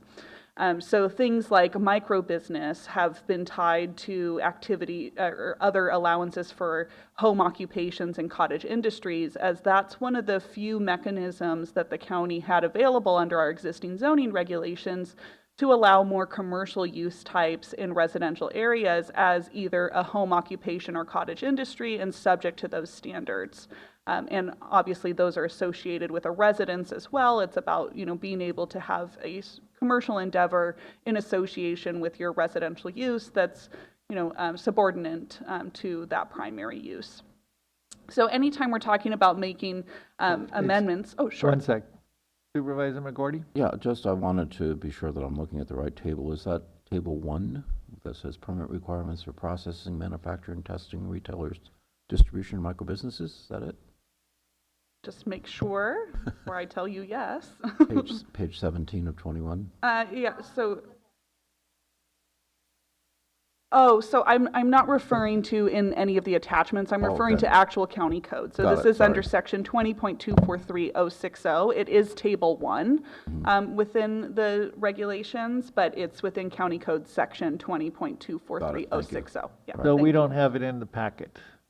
You will have likely a version of what was proposed as part of those 2021 ordinance amendments for expanded allowances. Okay, sorry to interrupt. No, that's okay.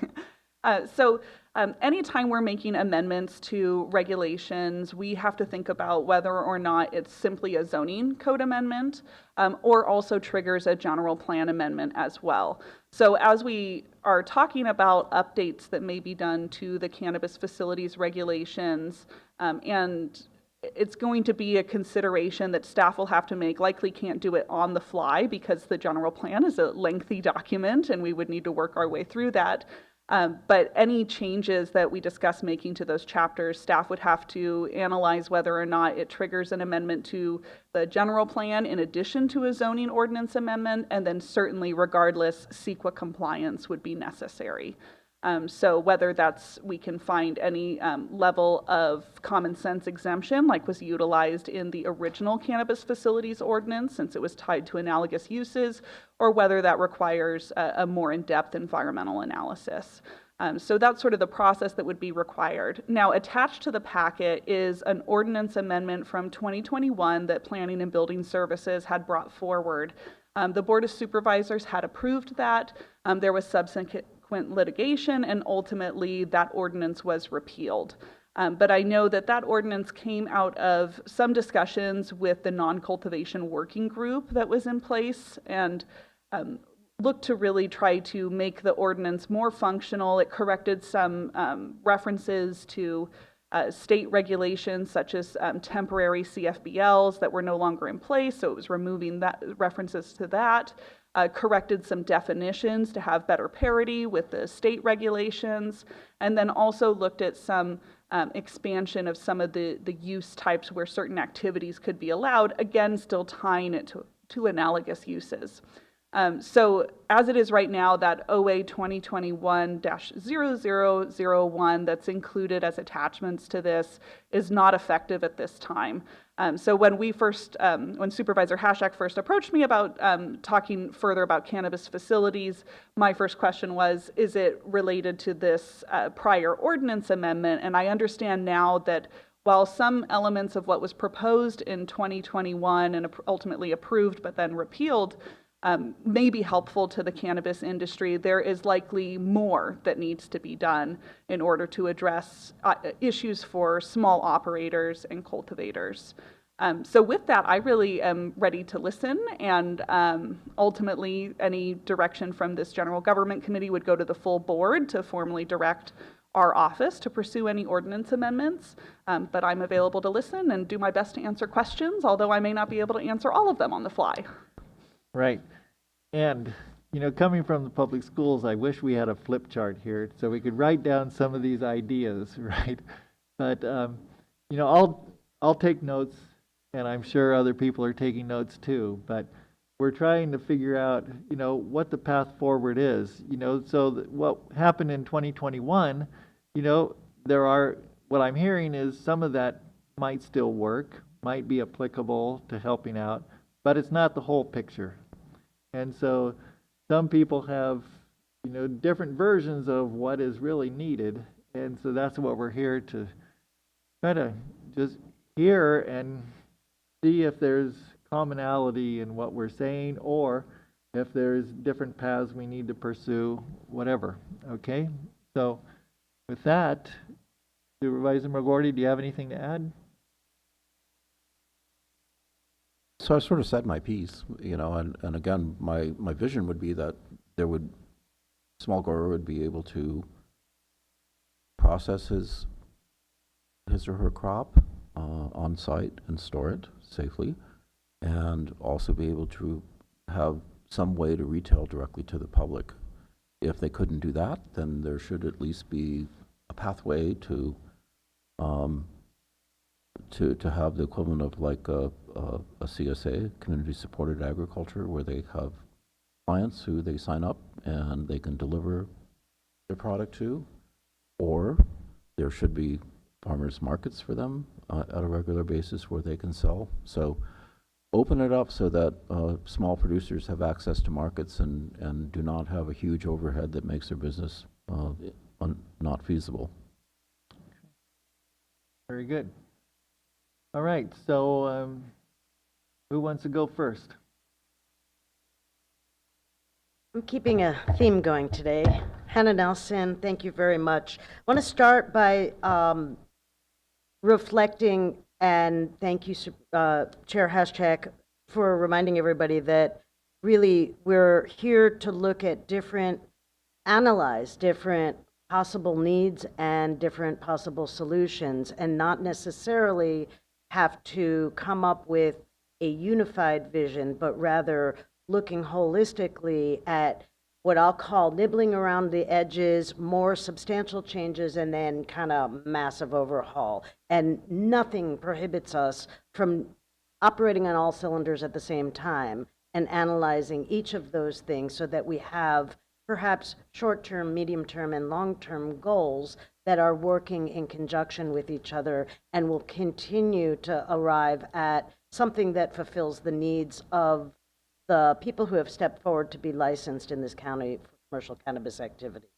I think that it's also important to marry that with some specific understanding of the buckets and what resources might be needed, as well as the needs, and matching the current and anticipated future needs of the business community to the work and the resources that might be expended by staff and by this committee or future committees to undertake what might be necessary to make changes and make recommendations to the full board.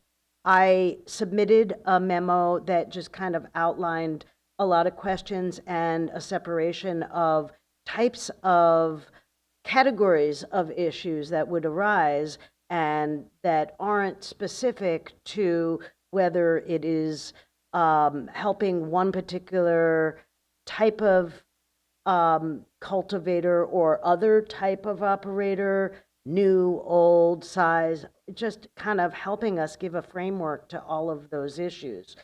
And I think it's important to marry that with the needs survey, and my request and recommendation is to direct staff to work with stakeholders to refine a questionnaire that is specific and not open-ended and tied to the current ordinance, the prior proposed ordinance changes, and any other specific needs. So for an example, rather than saying, you know, do you want expanded facility activities to happen, and people would say yes or no, it would be in what way does the current limitation of cottage industry or home occupation not work for you? Is it the square footage restrictions? Is it the number of employee restrictions? Is it because you want to do those integrated activities not just on the primary cultivation site, because there is an exception currently for micro business activities on the cultivation site are allowed even if the general zoning. So stuff like that, and really having a needs assessment and a questionnaire to stakeholders and the public at large, because there's future entrepreneurs out there as well, that keys it to specific issues, so that then we can expend the resources and explore the benefits, and ultimately the policymakers can make those decisions with not just what people here say, but what really thinking about what the needs are, as well as evaluating the feasibility of different things. Okay, Hannah, can you wrap it up in 1 minute, and then we will come back. I want to give people, go around, and then we'll come back. I'll do my best. I think that another larger issue to consider is, based on the success of MCD, perhaps moving licensing to MCD and have it operate with the planning approvals in the same way that cultivation still has to interface with planning and building for building requirements and planning permits. And that is not meant to be a burden to MCD, but a reflection of how great they've done. With respect to something that was said earlier with regards to state issues, I think the biggest things are state fees. And I know that the state is undertaking an analysis, a fee analysis, and so it will be interesting and important to advocate for sensible fees, particularly for a breakdown of smaller level businesses, and making sure that those are applicable and tied to actual costs. And then also at the state level, the state tax increase, which is a little bit more complicated It's baked into Prop 64, but some of those automatic increases is something that may need to be looked at in order for any of this to be practical at the state licensing level. With respect to the zoning issues, if cannabis was deemed at the local level and then hopefully eventually at the state level to fully be an agricultural crop without the caveats that this county put on it for certain issues, then we may have an easier time in some of these issues. And so I would just kind of bring that issue to the forefront and recognize it's important, and perhaps a part of the evaluation could be, well, in what meaningful ways would that change things, if any?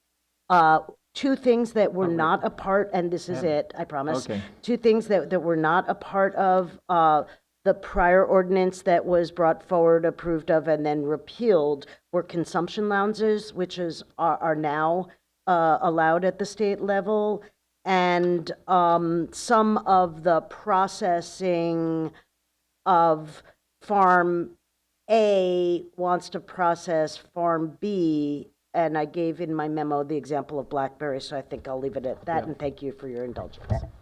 With the consumption lounge, Yeah. just a quick question. Sure. Does the county need to do anything now that the state allows it? Well, I think if it's going to license that activity as a separate activity from, let's say, a retailer, that's the question, I think. Okay.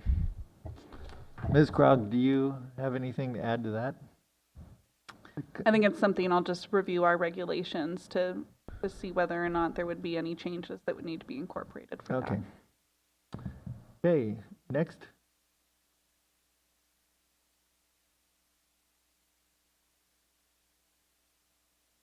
Good morning. Morning. Committee members and all. Just some general comments, because I don't know in excruciating detail chapter and verse of this new proposal, but I'm assuming it was what was brought forward back in 2021. Just generally, I think that the cannabis growers need to have direct access to their customers, and I support that totally. I feel that what is on the table right now is too broad. It needs to be, limitations need to be built into it. I think I agree with Supervisor McGorty that, it's very important that these small growers in particular have direct access to their customers. And I think that farmers markets and, maybe even CSAs, I don't know, or certainly the ability to process to a certain extent at cultivation sites are good. And I really want to support this direct sales to consumers. However, I think it needs to be this proposal on the table by taking advantage of analogous situations for other forms of agriculture has the potential to turn fairly remote rural residential areas into commercial areas. And that's a big change for a lot of people who live in the country because they want the quiet country lifestyle, not because they wanted a kind of tourism operation next door that would have people coming 4 days a week to party or to engage in events and concerts. And it's a real intrusion into some neighborhoods, not all neighborhoods, but certainly some. And I think what's on the table today is kind of changing the entire landscape of Mendocino County without really looking at the consequences, which is, you have to look at the consequences.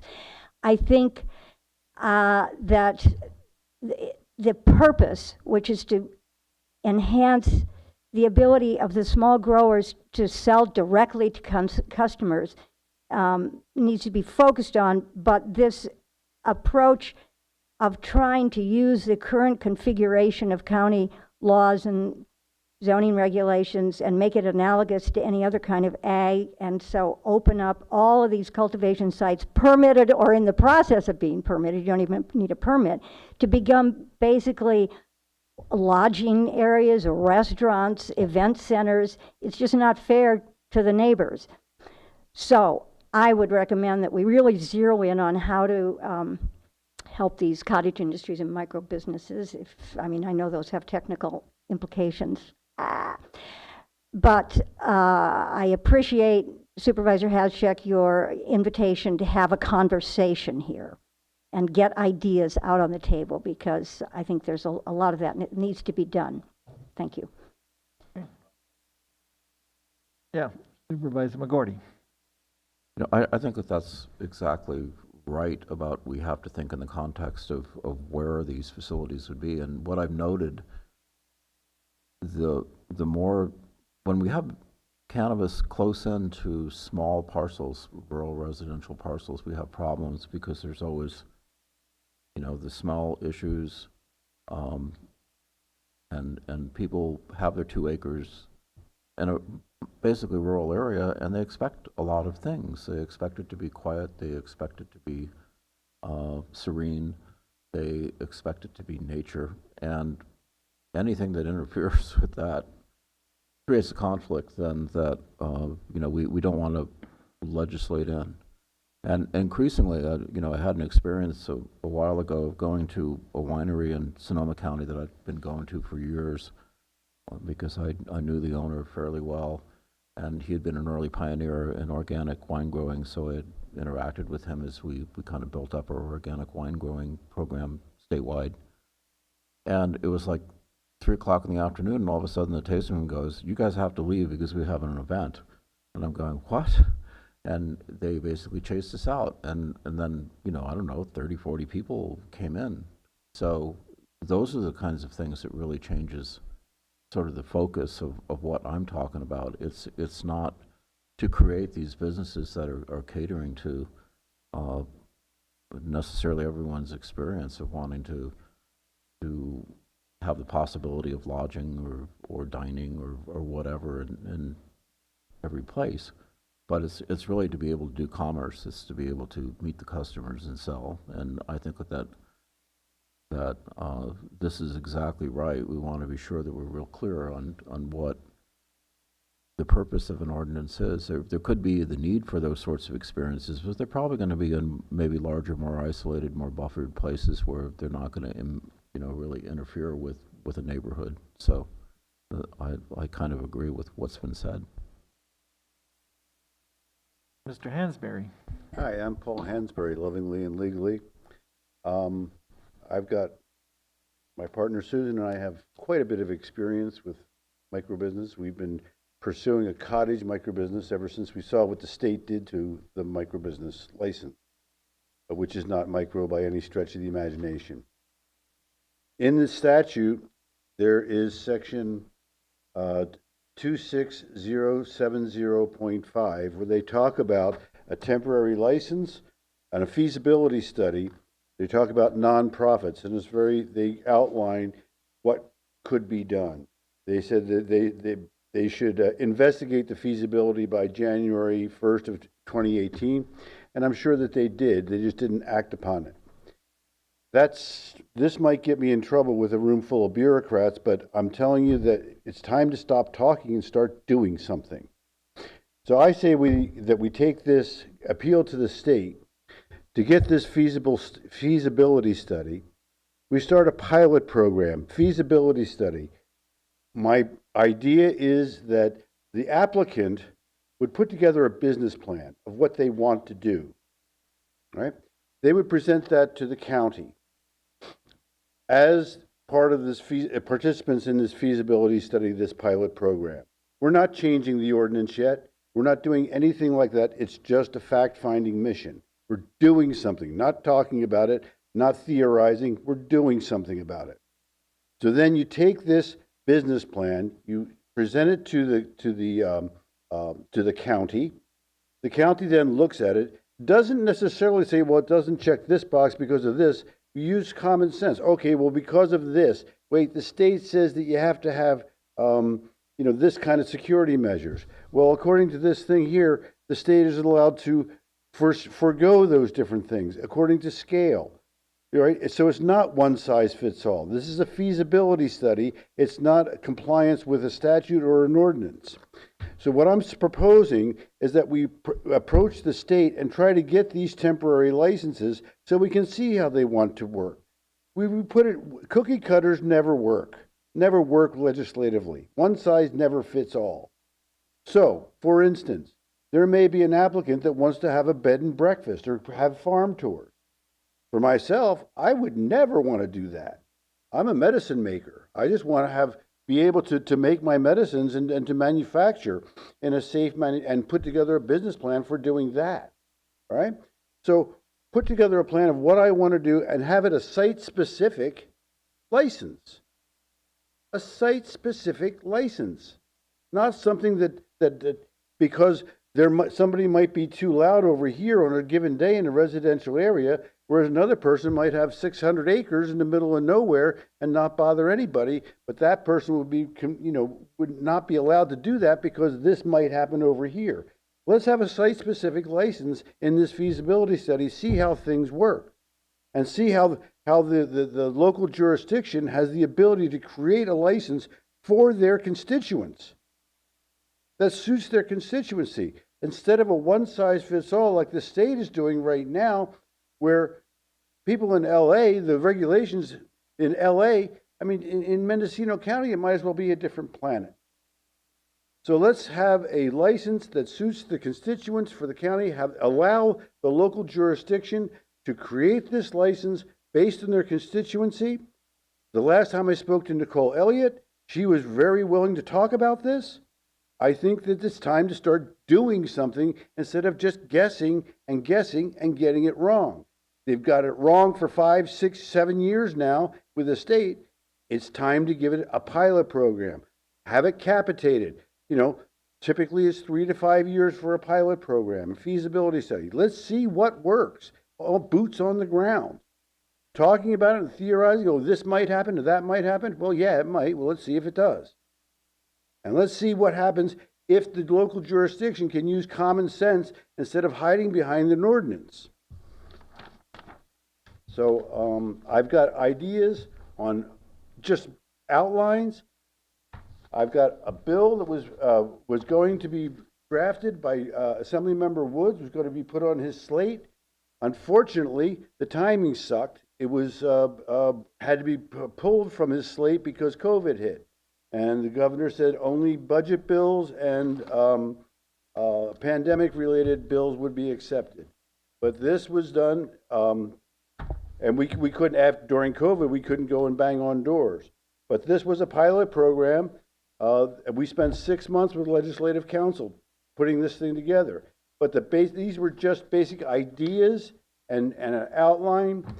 The main thrust was that it gave the local jurisdiction the authority to do these things that were not necessarily, you couldn't blame, well, we can't do that because of state law, and then you had, we have this zoning, and we have this constriction because of the ordinance and everything. You're allowed to circumvent that, to try new things, not just talk about them, but actually try new things and see if they work. So I leave it at that. Thanks. All right. So this site-specific business plan. Yeah, so I'm very, very supportive of that, Chair. I think that experimentation is something that, of course, I spent my career doing, and sometimes, trying something and scale up afterwards when you see successes, avoid the pitfalls, makes a lot of sense. And I think if we had started our entire licensing program for cannabis that way with a cohort that we worked with, we would have done a lot better before we overwhelmed everybody with mass applications. Good morning, everybody. Still morning, right? Susan Tibbin, Lovingly and Legally.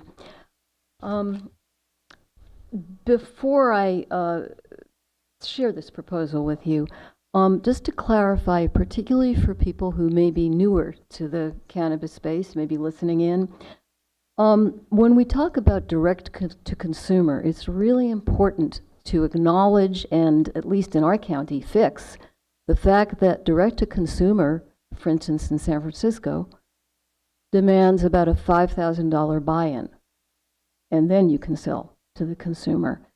And even though it might be a little more money in San Francisco, that's statewide, the situation. So unless it's the farmer being able to present what she grows or what she makes from that cannabis to the consumer, it does not work. And number two, we throw around the title micro business. It's very important that we all acknowledge and understand that we're not going to make the same mistake in our pilot program that the state has made. The state micro business program requires, when all is said and done, over $1 million. That's why we have very few actual state micro business licenses. Anyway, to present to you, I was taking a look at the 2024 mission statement. And this is a really beautiful document. It's outstanding. It's very well thought out. It's visionary. It has doable proposals. It speaks of a thriving economy. It encourages seeking of legislation to encourage our economy in the county.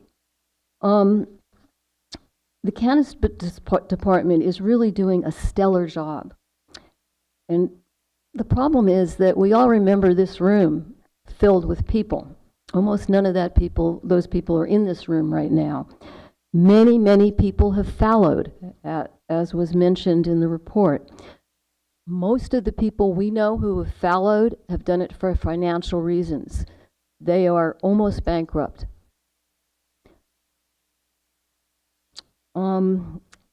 It's a really appreciated moment when an applicant calls the department now and shares that she finally got her license and she's crying.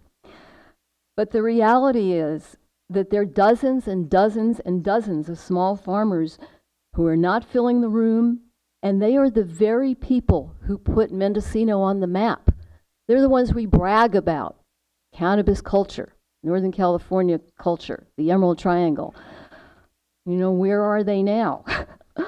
I would like to echo what my colleague and friend proposed, which is a feasibility study and a capitated cottage microbusiness.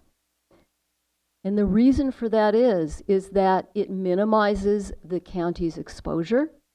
Granted, mistakes may be made, but they're fixable in a capitated feasibility study microbusiness. If we look at what we're proposing, and we'll provide the documents for you, it's the very embodiment of what is outlined in the 2024 report, incentivizing local economies. So we're asking for your support, General Government Committee, in working with the Board of Supervisors and our state representatives. The county is in really bad shape financially. We all know that. And we want to be front and center in helping to fix that and bringing more people into the county. So thank you very, very much for making the time to hear us. And we look forward to working with you in sort of a new phase of cannabis business in the county, where we can fine-tune it to work not just for the big guys and girls, but for people like us. This is our 7th year proposing this to you. Thank you very, very much. Thank you.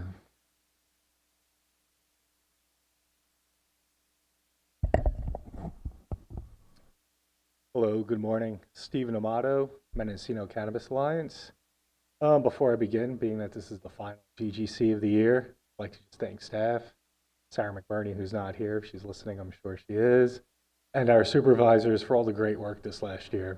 This has really morphed into something incredible, I believe, much a lot more functional and hopeful and optimistic and streamlined, efficient. And also, Supervisor McGordy, we wish you the very best in your retirement. Thank you for your years of service to our county. I've been in a lot of the other meetings I listen to. It's a hell of a job being a supervisor. And to obviously Supervisor Hashik, who's always been a great proponent of our cannabis industry. I would like to start out with we definitely echo what Hannah Nelson was saying with her analysis and putting out some procedural steps that I think we should be really considering and moving forward when it comes to these cannabis facilities. Mendocino Cannabis Alliance is about all opportunities for encouraging the growth and sustainability and success of our cannabis industry in this county. And obviously anything doing changes that could be made with the facilities or in the ordinance is a key component of that besides just our cultivation.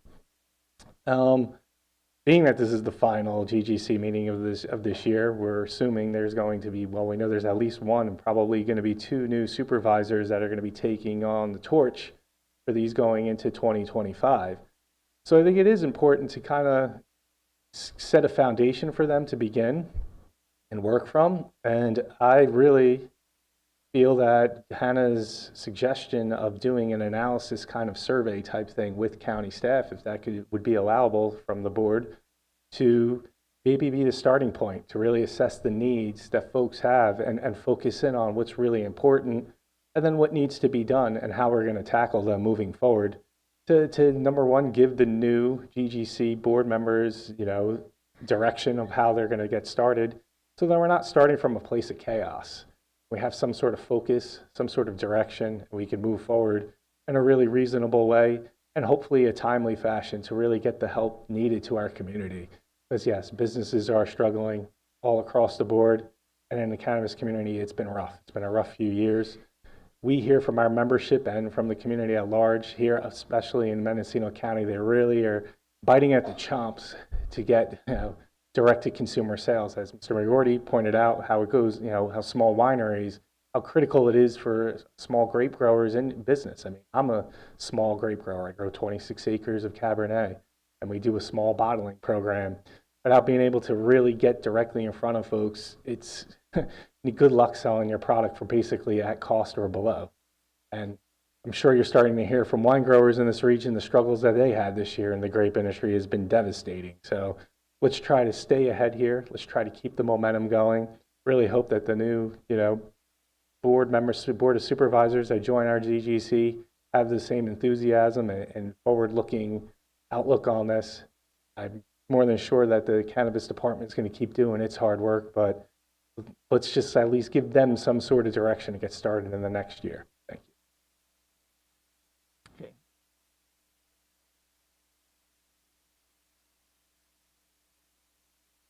Good morning again. I'm still Corinne Powell, and I have a variety of conflicting thoughts and emotions about what has transpired here today, because as you two supervisors will no longer be hearing these issues in a concentrated way, I am concerned about what legacy you leave to the incoming committee.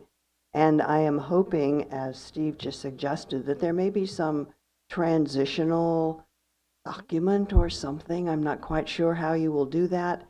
But personally, I am in the depths of excruciating fatigue on continuing year after year after year to be presenting the same concerns and ideas as Paul and Susan have done with their efforts to get a micro-business type project underway. I support that completely. I have proposed my own concepts on the type of small business craft cultivator licensing, permitting, understanding, because it is not the same type of operation that is able to survive under the current regulations. It just isn't. We've heard years of, yes, we support D2C, yes, we support direct sales, blah, blah, blah, but there hasn't been any change that allows us to do that. If the incoming committee has the appetite for real change, that will be great. But at the moment, I'm thinking, this is a kick down the road problem, and I'm not quite sure how to solve that. In terms of how the county can organize around small farmers' concerns, primarily economic ones, I would like this group to recommend or to direct staff to set up a working group with the community members and identify for them, because when I had a meeting with Julia a couple of weeks ago, or a week or so ago, it was like she was not aware of some of the issues that we were bringing to the table. And if that's the case, you know, it's been 9 years. So how are we missing each other? I want us to work together. It's in our mutual advantage to create a system and regulations that do take the real needs and not just an arbitrary presumption of, say, how a cottage industry might resemble a cultivation and vice versa. That won't work going into the future. We need a new pathway, we need new regulations, and I, for one, am wondering how we will all participate in it. When Supervisor McGordy was chair, he guaranteed that the community would be included as ordinance changes move forward. I think it's time to do that in earnest. So, thank you for your discussion today. I hope it goes further than this particular meeting. I hope that the abilities of small cultivator business control with something like a micro business license will become available, because we need to have more managerial autonomy. The cultivation license as it stands now is encumbered by tremendous obstacles, from distribution failures to price points in the gutter to all kinds of things. But I personally believe if we do have the ability to self-distribute, to self-manufacture, and to do on-farm controlled sales as well as other retail events, perhaps hundreds of people will be able to survive. And that will be to the county's best interest as well. Thank you. Thank you. Any further comments from the floor?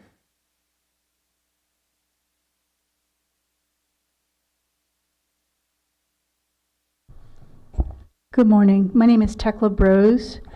I represent North Fork Garden Society. It's a small 2,500 square foot cultivation project in Covelo. We are Sun and Earth certified. We are organic. We produce about 15 to 40 pounds of flower a year. We have our annual state license. We have a 5-year CBL.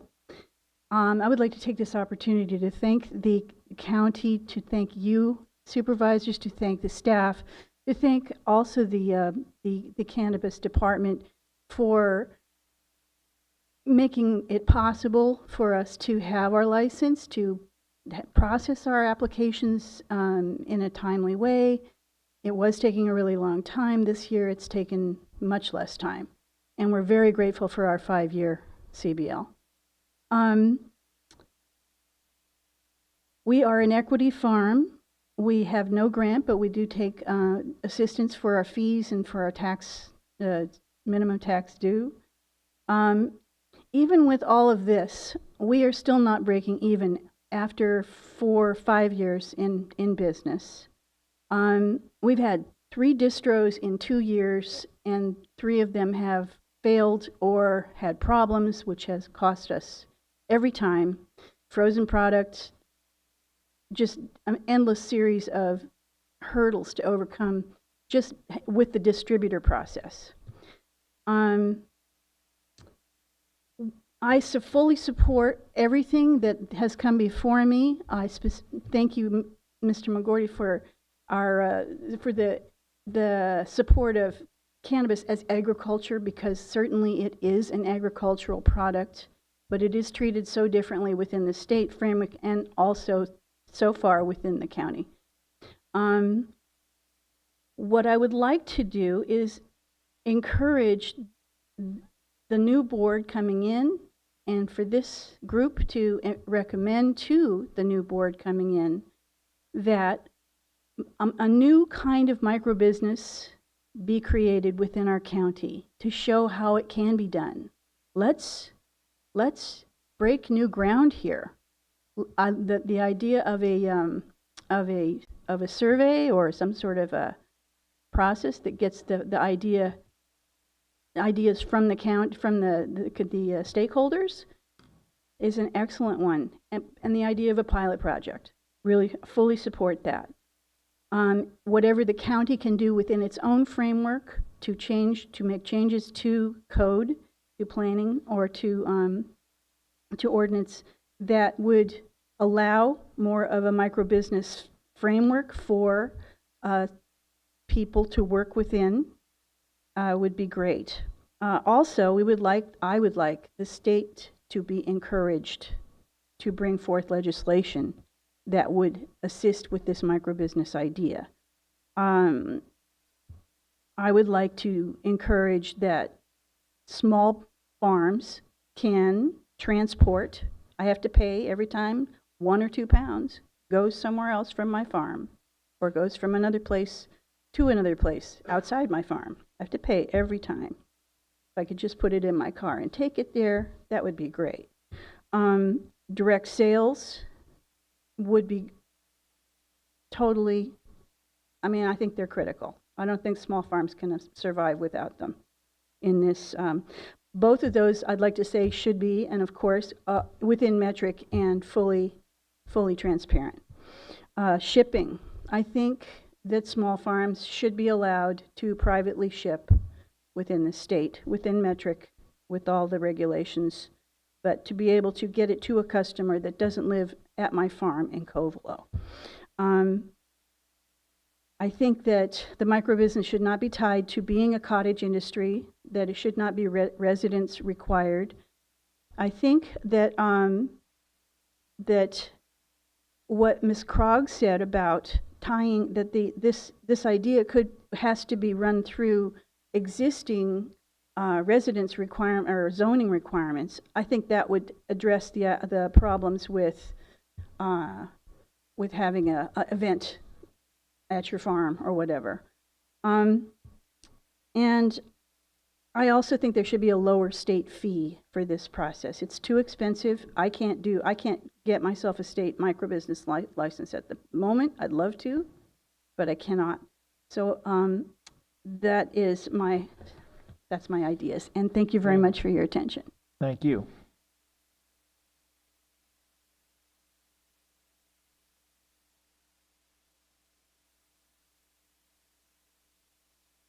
Hello all. Hey, thank you. I just want to let everybody know State your name, please. Oh, excuse me. Russell Perrin, Perrin Family Farm in Calpella. I'm all for the direct consumer sales and all, but I wanted to remind you that as cultivators, at this point, we can't even, when I talk about a consumer, our consumers are retailers all over the state. And there are a lot of those licenses are retail only, package ready. They're the ones that look for our product. The people with micro business integrated, they're not too worried about us. They have their own product to deal with. So you're talking about nibbles and bites, something to propose to the state or work out where we can go to dispensaries ourselves and sell our product. That's the type of public I'm talking about as well. So just something to think about. Okay. Would that be Go ahead.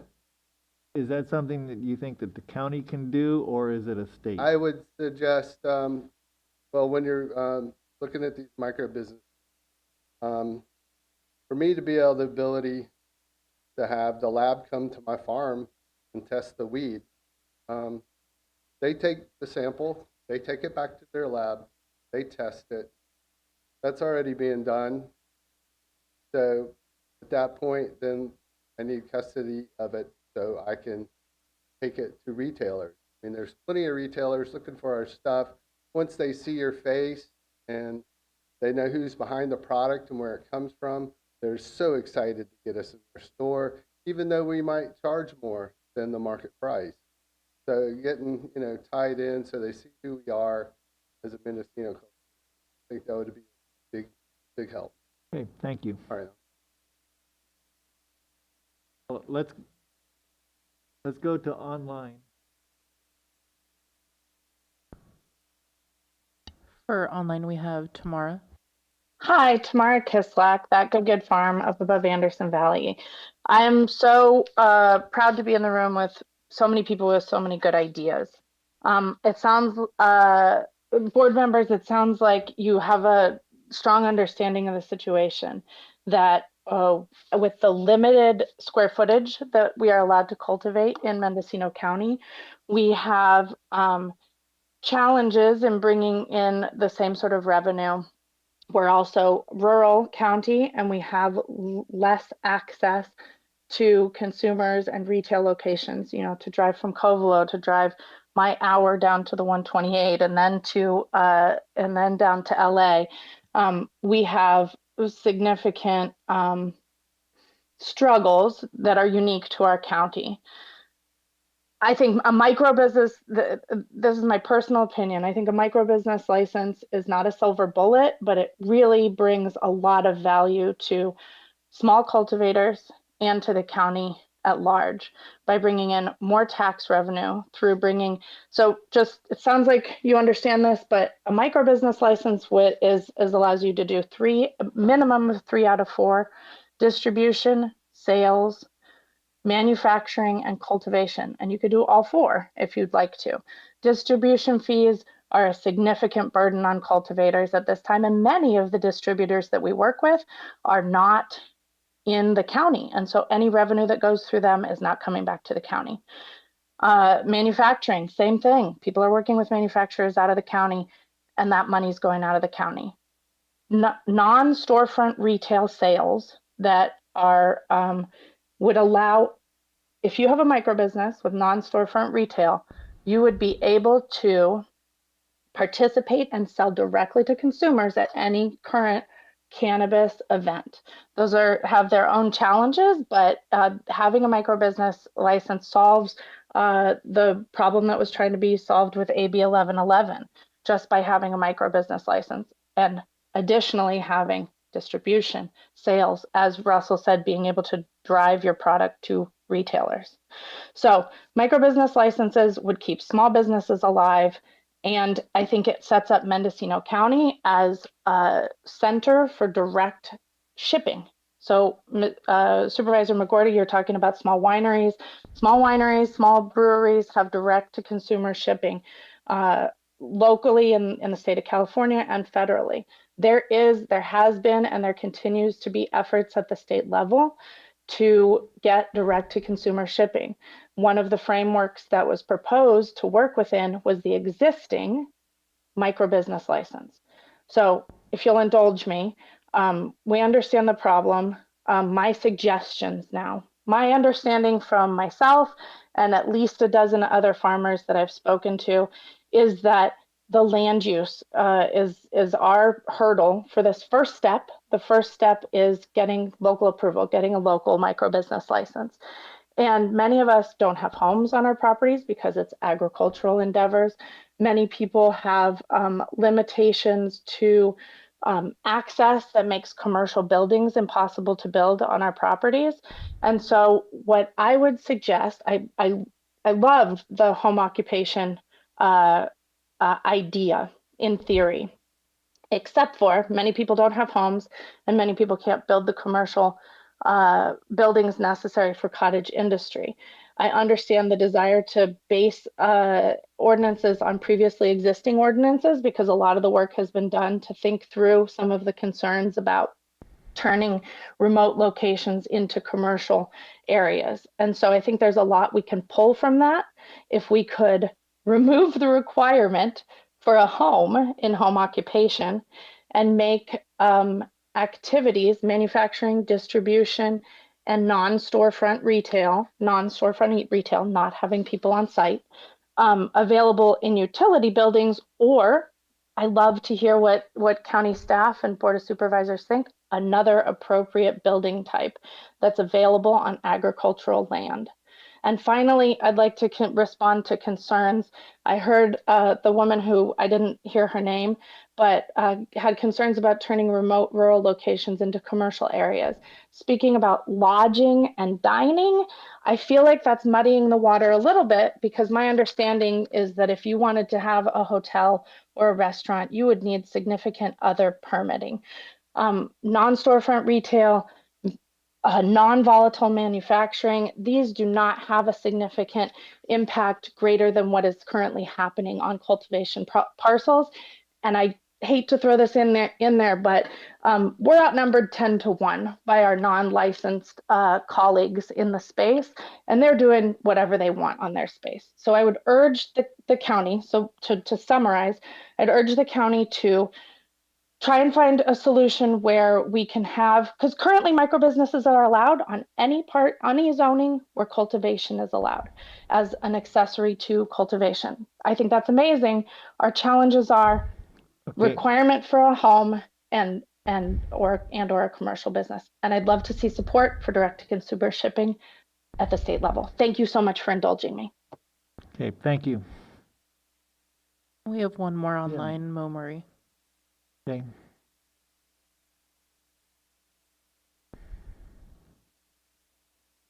Good afternoon, Monique Ramirez, District 3. I'm apologizing in advance for not being able to hear most of this discussion, but I did catch a few of these comments before me. I really appreciate all of the feedback that Tamara is bringing to the table. I think she has some great suggestions, especially around the issue with people not having a final home. We are a specialty cottage outdoor garden cultivating the smallest footprint in the state of California, as well as here in Mendocino County. And we are in the process of having our house finalized. We are a Class K, and we came in under the building amnesty many years ago. I think in 2016, we took advantage of that opportunity. And so we have a partially built existing structure that we are working towards getting finalized. And so we're not able to utilize the pathway for the home occupation for this micro business option until this house is finished. And unfortunately, we've faced a lot of financial hurdles and building costs and supplies being super expensive. And we've had to ask for the county to give us extensions so that we could finalize it. But in the future, it would be great if there was a way we could still include people that are under a building amnesty program that have partial structures or whatever, find a pathway for them. At the end of the day, the microbusiness license gives us as farmers freedom to self-govern our businesses the way we choose and want to have. When we have this model that's so broken at the state level with this distribution requirement, we have to have a distro to move our product to the consumer's hands.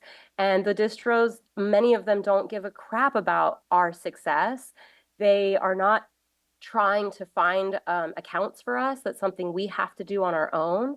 And then we lose all control once the product leaves farm. We have no idea if they're storing it properly, if they're handling it correctly. We know nothing. We'd love to think that the metric model is actually tracking that stuff, but it's really not. So giving us the power to self-govern our businesses and give us the opportunity to be able to have control of how our product is managed is huge. And we have to take away whatever barriers are keeping us from having that freedom, not just at the county level, but also at the state level as well. We need more reform. It's not ending at this moment. There's so much more that needs to happen. So I really appreciate the discussion, and I appreciate every single person that has been working on this behind the scenes to bring this item forward today. Thank you so much. I've really taken a step back in advocacy work this last year, and I keep popping my head in when important matters are at the table because I still super care about Mendocino County and our future. So thank you so much, and I look forward to seeing where this discussion leads us and hopefully to a solution that can better our economy and our local farmers here in Mendocino County. Thank you. Okay. Thank you. It's not on. Hannah Nelson, again, 30 seconds. I think one of the important tasks that lies ahead in this analysis, and what really truly will work for the businesses that are asking for some change and a match in the local licensing system to their needs and their realities, is to really look at maybe the preconceptions of the definitions of the activities that were, while analogous uses were an easy way to look at zoning and what allowable uses there are, perhaps a refinement of the definition. So I'm going to give 2 examples. Manufacturing, when one thinks in other industries of manufacturing, it entails a whole lot of steps and processes and equipment and facilities and in and out and everything else, which might not be the same kind of manufacturing that making bubble hash would be at, at a farm.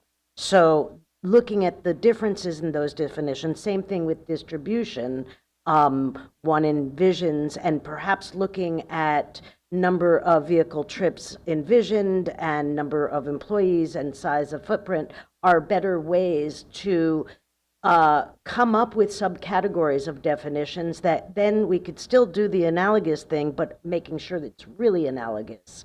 And then another item that I mentioned in the memo, in case people haven't had time to zero in on it, is looking at whether under the building permit, and this gets to Mo's last comment about temporary housing, and also I recognize the issue of permanent houses required, but temporary building permit rules, and looking at that, and this is of course for the building official, but we have the director here, so I'm saying it out loud. Okay.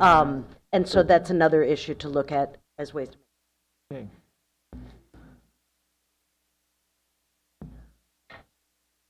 Hi, Paul Hansberry again. That's exactly what I was going to talk about, was using the analogous things to create these the regulations for something that was previously undefined, not the least of which is an F1 occupancy. I had several conversations with Mr. Oliphant about that, and he agreed that common sense says that, well, we just went to the nearest thing that we had, which was hemp. Well, hemp is a big manufacturing facility where they're taking out, acres, to extract fiber. It's not a bunch of people sitting around a kitchen table with scissors. You don't need an F1 occupancy for that. But his defense was that everyone else in the state is doing that, so am I. Even though he had the authority to not demand an F1 occupancy. He can interpret it. It's the interpretations that are using things that are analogous. The interpretations are very, very important. Okay, the way that they interpreted microbusiness from the state was obscene.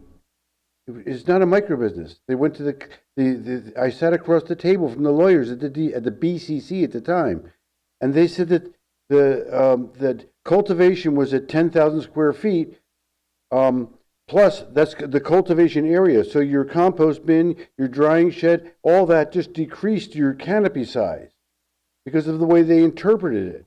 And they defended that by saying they looked at the definition of cultivation area. Well, they didn't look at the definition of what a microbusiness was, because there was unlimited manufacturing, distribution. There was vertical integration, and the statute said that it was all four. They arbitrarily said, okay, you don't have to use cultivation. Okay, Paul, let's wrap it up. Okay. So all I'm saying is that the interpretation needs to be looked at, not necessarily just the definitions, and finding something that's analogous. Using common sense for something that's not been defined before, I think would go a very long way for the people that are writing the regulations. Thank you.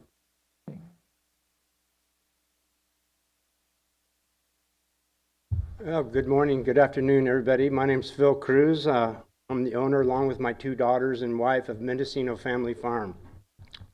We've been in this program since 2017. My permit number is 167. So when we came into this thing, it was 100% full bore, and we still are 100% full bore. Now, my experience with cannabis goes back to 1980. I've been around this for a long, long time. And what I saw at the beginning of this program was a lot of big mistakes. And one best thing that the county did was to start at 10,000 feet. If we keep it at 10,000 feet, then we're going to be the only cannabis producers in the world that produce that small amount of cannabis. And let me tell you, when you keep it at a small amount of cannabis, it's by far the very best in the world. So Mendocino County has a chance to market this in a way that we are going to stay small, therefore we will have the very best cannabis in the world. Now, as far as the micro business goes, like the distribution on our side has been a total nightmare for us. So for us, we decided to totally hang up the retail and just go into wholesale. Now, by going into wholesale, like you said, there's not very much money into it, but there is this niche market for small farms like mine. I found a niche market. There are small markets out there for this cannabis that we're producing that no one else does in the world, not even in Humboldt County anymore. They do still have some small farmers that are producing some very good cannabis.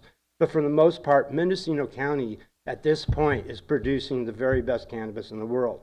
And that's because we're staying at 10,000 feet. Any more than that, as we upscale, and by the way, by upscaling now, I don't know if you guys know, the prices of cannabis are $300 to $400. That is like, there's no way you can be profitable with all the regulations that we have to take care of.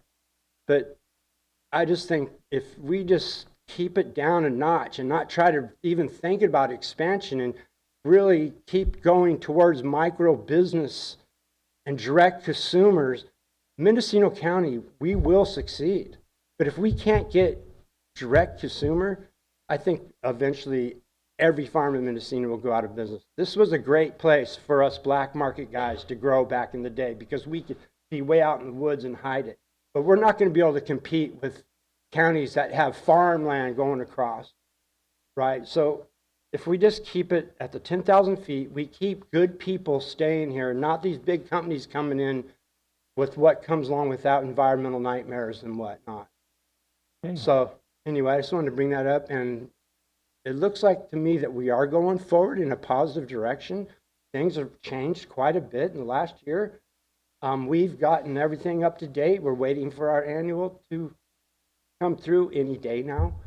So I just want to thank everybody that's involved with it, and I hope we can all consider each us as partners, not business acquaintance that try to make as much money off each other, so we can make the money together and keep it in Mendocino County. Okay, thank you. So thank you for that. All right. Well, time is, we're coming up to the hour. So appreciate all the comments on that. You know what I kind of heard was that there's a need for a survey of stakeholders to really see what the issues are and what would benefit. That there's this idea about site-specific license, and I'd like to explore that more later with staff, see what the possibilities are there. And in state legislation, we just had our ledge platform this morning, and I think a lot of what has been talked about for state legislation is in that legislative platform.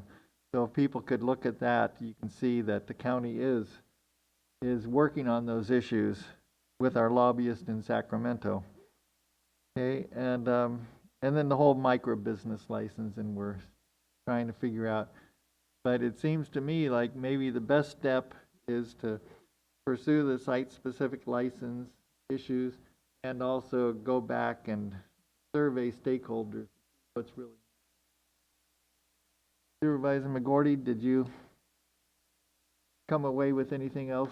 I did. I came away with a couple things. One is I think we do need to have have a one-page blurb on this meeting that we give to the Board of Supervisors as a report with some recommendations, because we are going to be making a shift. There will be 2 new people sitting here beginning in January, so they need to know kind of what the discussion is, which could outline some of the things you just talked about.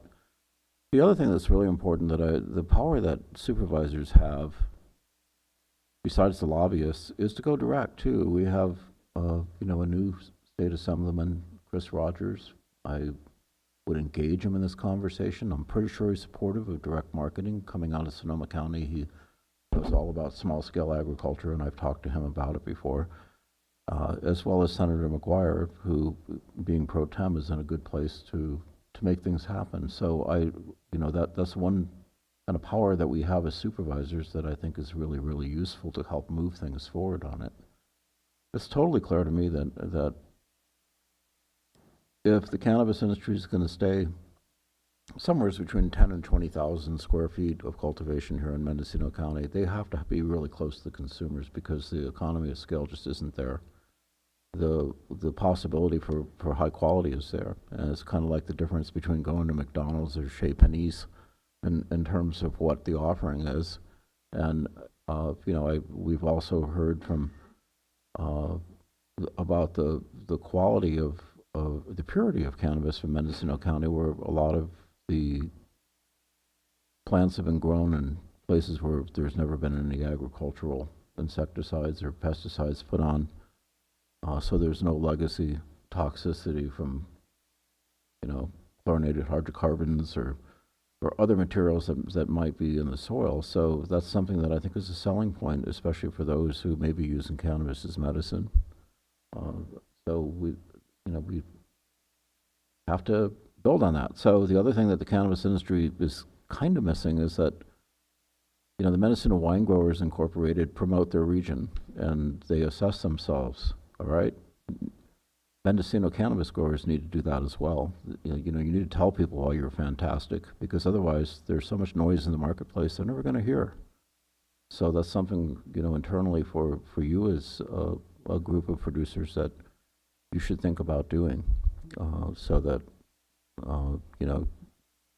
people know that the Emerald Triangle still exists, and there still are people who really know their stuff up here, and that's an important part of making these small businesses successful, if that's what you choose to do. Okay. So I'm going to turn to Deputy CEO Dunicliffe. That to do a survey like this, if we were to do that, do you see a mechanism for that, or how might that, would it need to go through the board first? How would we provide that direction? So I believe that we would want to ensure that anything that we're doing out of this meeting has the blessing and direction of your board. And so I think that you might have a clean opportunity with reporting out at the sort of the annual process that's coming up here. As far as a mechanism for distributing a survey, I think that we have those. I know that departments are fairly capable of getting word out. And like with MCD, if we were talking about surveying licensed cultivators, MCD has contact information in support of that. It could also be, notice could be provided through Canon Notes. So I think that we would be able to get the right people opportunity to participate. Okay. And then getting a synopsis of this meeting, what we've talked about today, how does that get transferred over? Is there some way of memorializing what we've talked about today? Chair, Charlotte Scott, County Council. I think the options are, as Steve Dunicliffe has noted, you can in your report out of your ad hoc and your standing committees, which typically happens on a monthly basis during your supervisor reports, but also at the end of the year. I think there is a standing item usually for the last meeting to go through that process. You also have a mechanism of, there is some continuity for yourself as chair going forward next year, it's something that you can incorporate in by bringing before the full board if there are certain pieces that you want the full board to take on from this year's committee. But yes, I would recommend, it would require some action from the supervisors to put before the full board. Because at this point, as a standing committee, and for this, the way this item was calendared, it was calendared or agendized very broadly. I would recommend a more specific item put before the full board.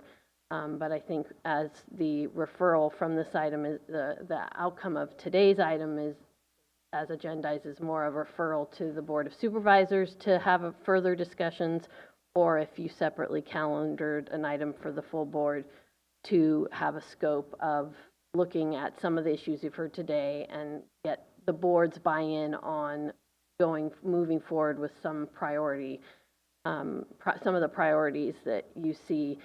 You also have the opportunity in the beginning of the year, if the board chooses to set priorities for cannabis and maybe some of the items the standing committee has heard through the discussions throughout the year can be incorporated by yourself or any of the members. Okay, thank you. So maybe if MCA or CERN people you can send your questions to me. I can work with developing some kind of survey, and then we'll see if the board wants to put it out there. Okay. All right. Very good. Well, thank you for that discussion. I think it was certainly there's a lot of passion behind it, and I'm concerned for the community at large. So we do need to do something with it. Okay, so with that, let's see. Supervisor McGordy, do you want to make some kind of motion? Hold on. I'm lost in my computer here for a second.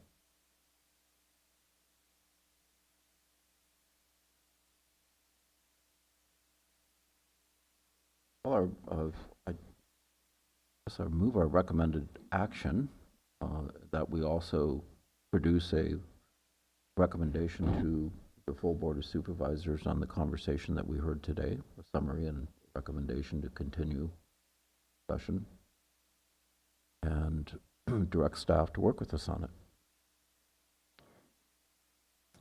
Chair, if I may, Charlotte Scott County Council, I think the recommended action as drafted it looks to be a restatement of today's, more of today's discussion. I might recommend modifying that to be, either include a referral to the Board of Supervisors to discuss options for greater allowances for cannabis facilities, or acceptance of the discussion today and defer to one of you to put that in front of the board separately. Why don't you make the motion that as a GGC, we will refer to the board that we're seeking further discussion about micro business license, facility licenses, and possible survey. And I will write that up as an item. All right, so I move that we, as the GDC, that we refer to the Board of Supervisors further discussion on microbusiness facilities, a possible survey, and perhaps a summary of the discussion today. And I'll second that. County Council, is that good?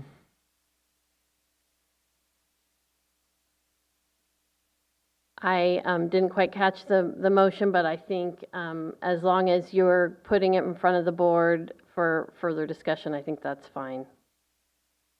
Okay, Lily, can you restate the motion? The General Government Committee refers to the Board of Supervisors seeking further discussion of micro business facilities, business licenses, and a possible survey. In addition, a summary of the discussion had today. Yeah, Second. I agree with that. Call the question. Chair Hashak? Yes. Supervisor McGorty? Yes. The motion carries unanimously.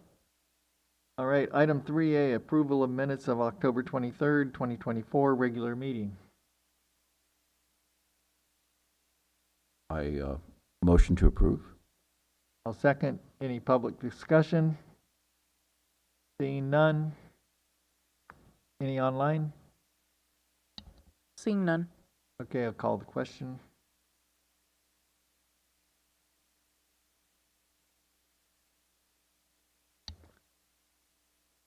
Supervisor McGorty?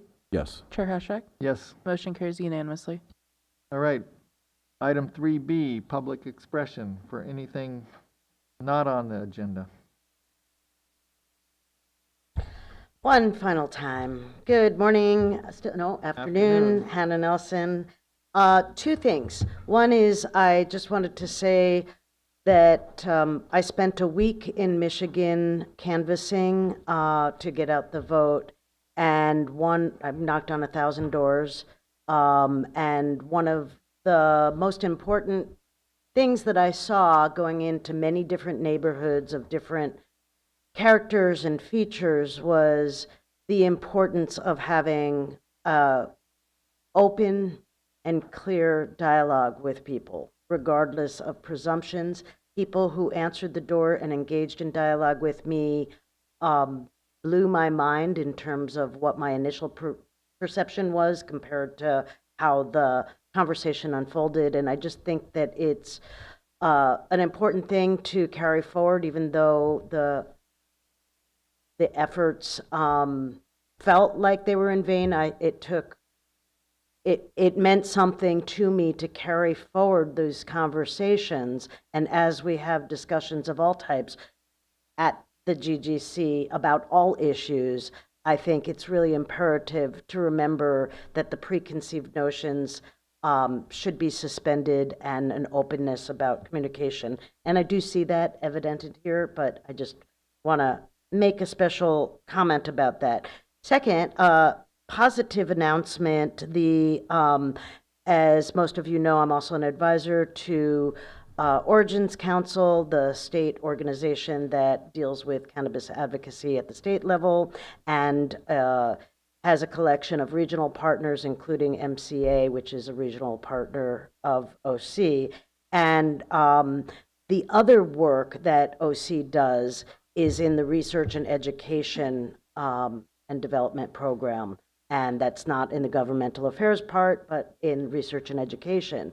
And Origins Council, together with a number of stellar academic institutions and other community partners, received a grant from the Department of Cannabis Control for the Legacy Cannabis Genetics Study.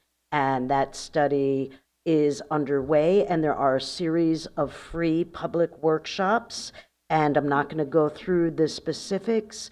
It's a very exciting, dynamic project to document the legacy cannabis genetics, and in an attempt not only to maintain the culture, but also preserve and account for the intellectual property rights that may be necessary, as well as the agricultural genetic history and ethnographic studies, and including individual historical interviews and whatnot. So I encourage everybody to go to the new non-censored website for the project, which is legacygenetics.org.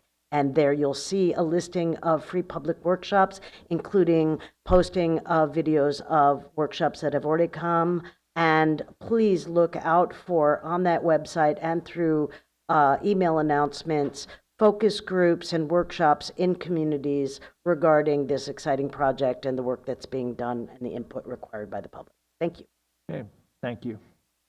Any other public expression? Seeing none? We have one online. One online. Tamara. Tamara Kislak again. I'll keep it short. I as Paul mentioned at the beginning, I wonder if in light of our conversation in the second item about facilities and micro business licenses and hearing from so many people about how micro business licenses and direct sales are important, I wonder if the board would consider adding something with that similar wording to the legislative platform. I know it's already been closed, but that's my idea. Thank you. Okay, thank you. We do have that in our ledge platform about micro business. Okay, so without any further comment, any announcements? Item 3C?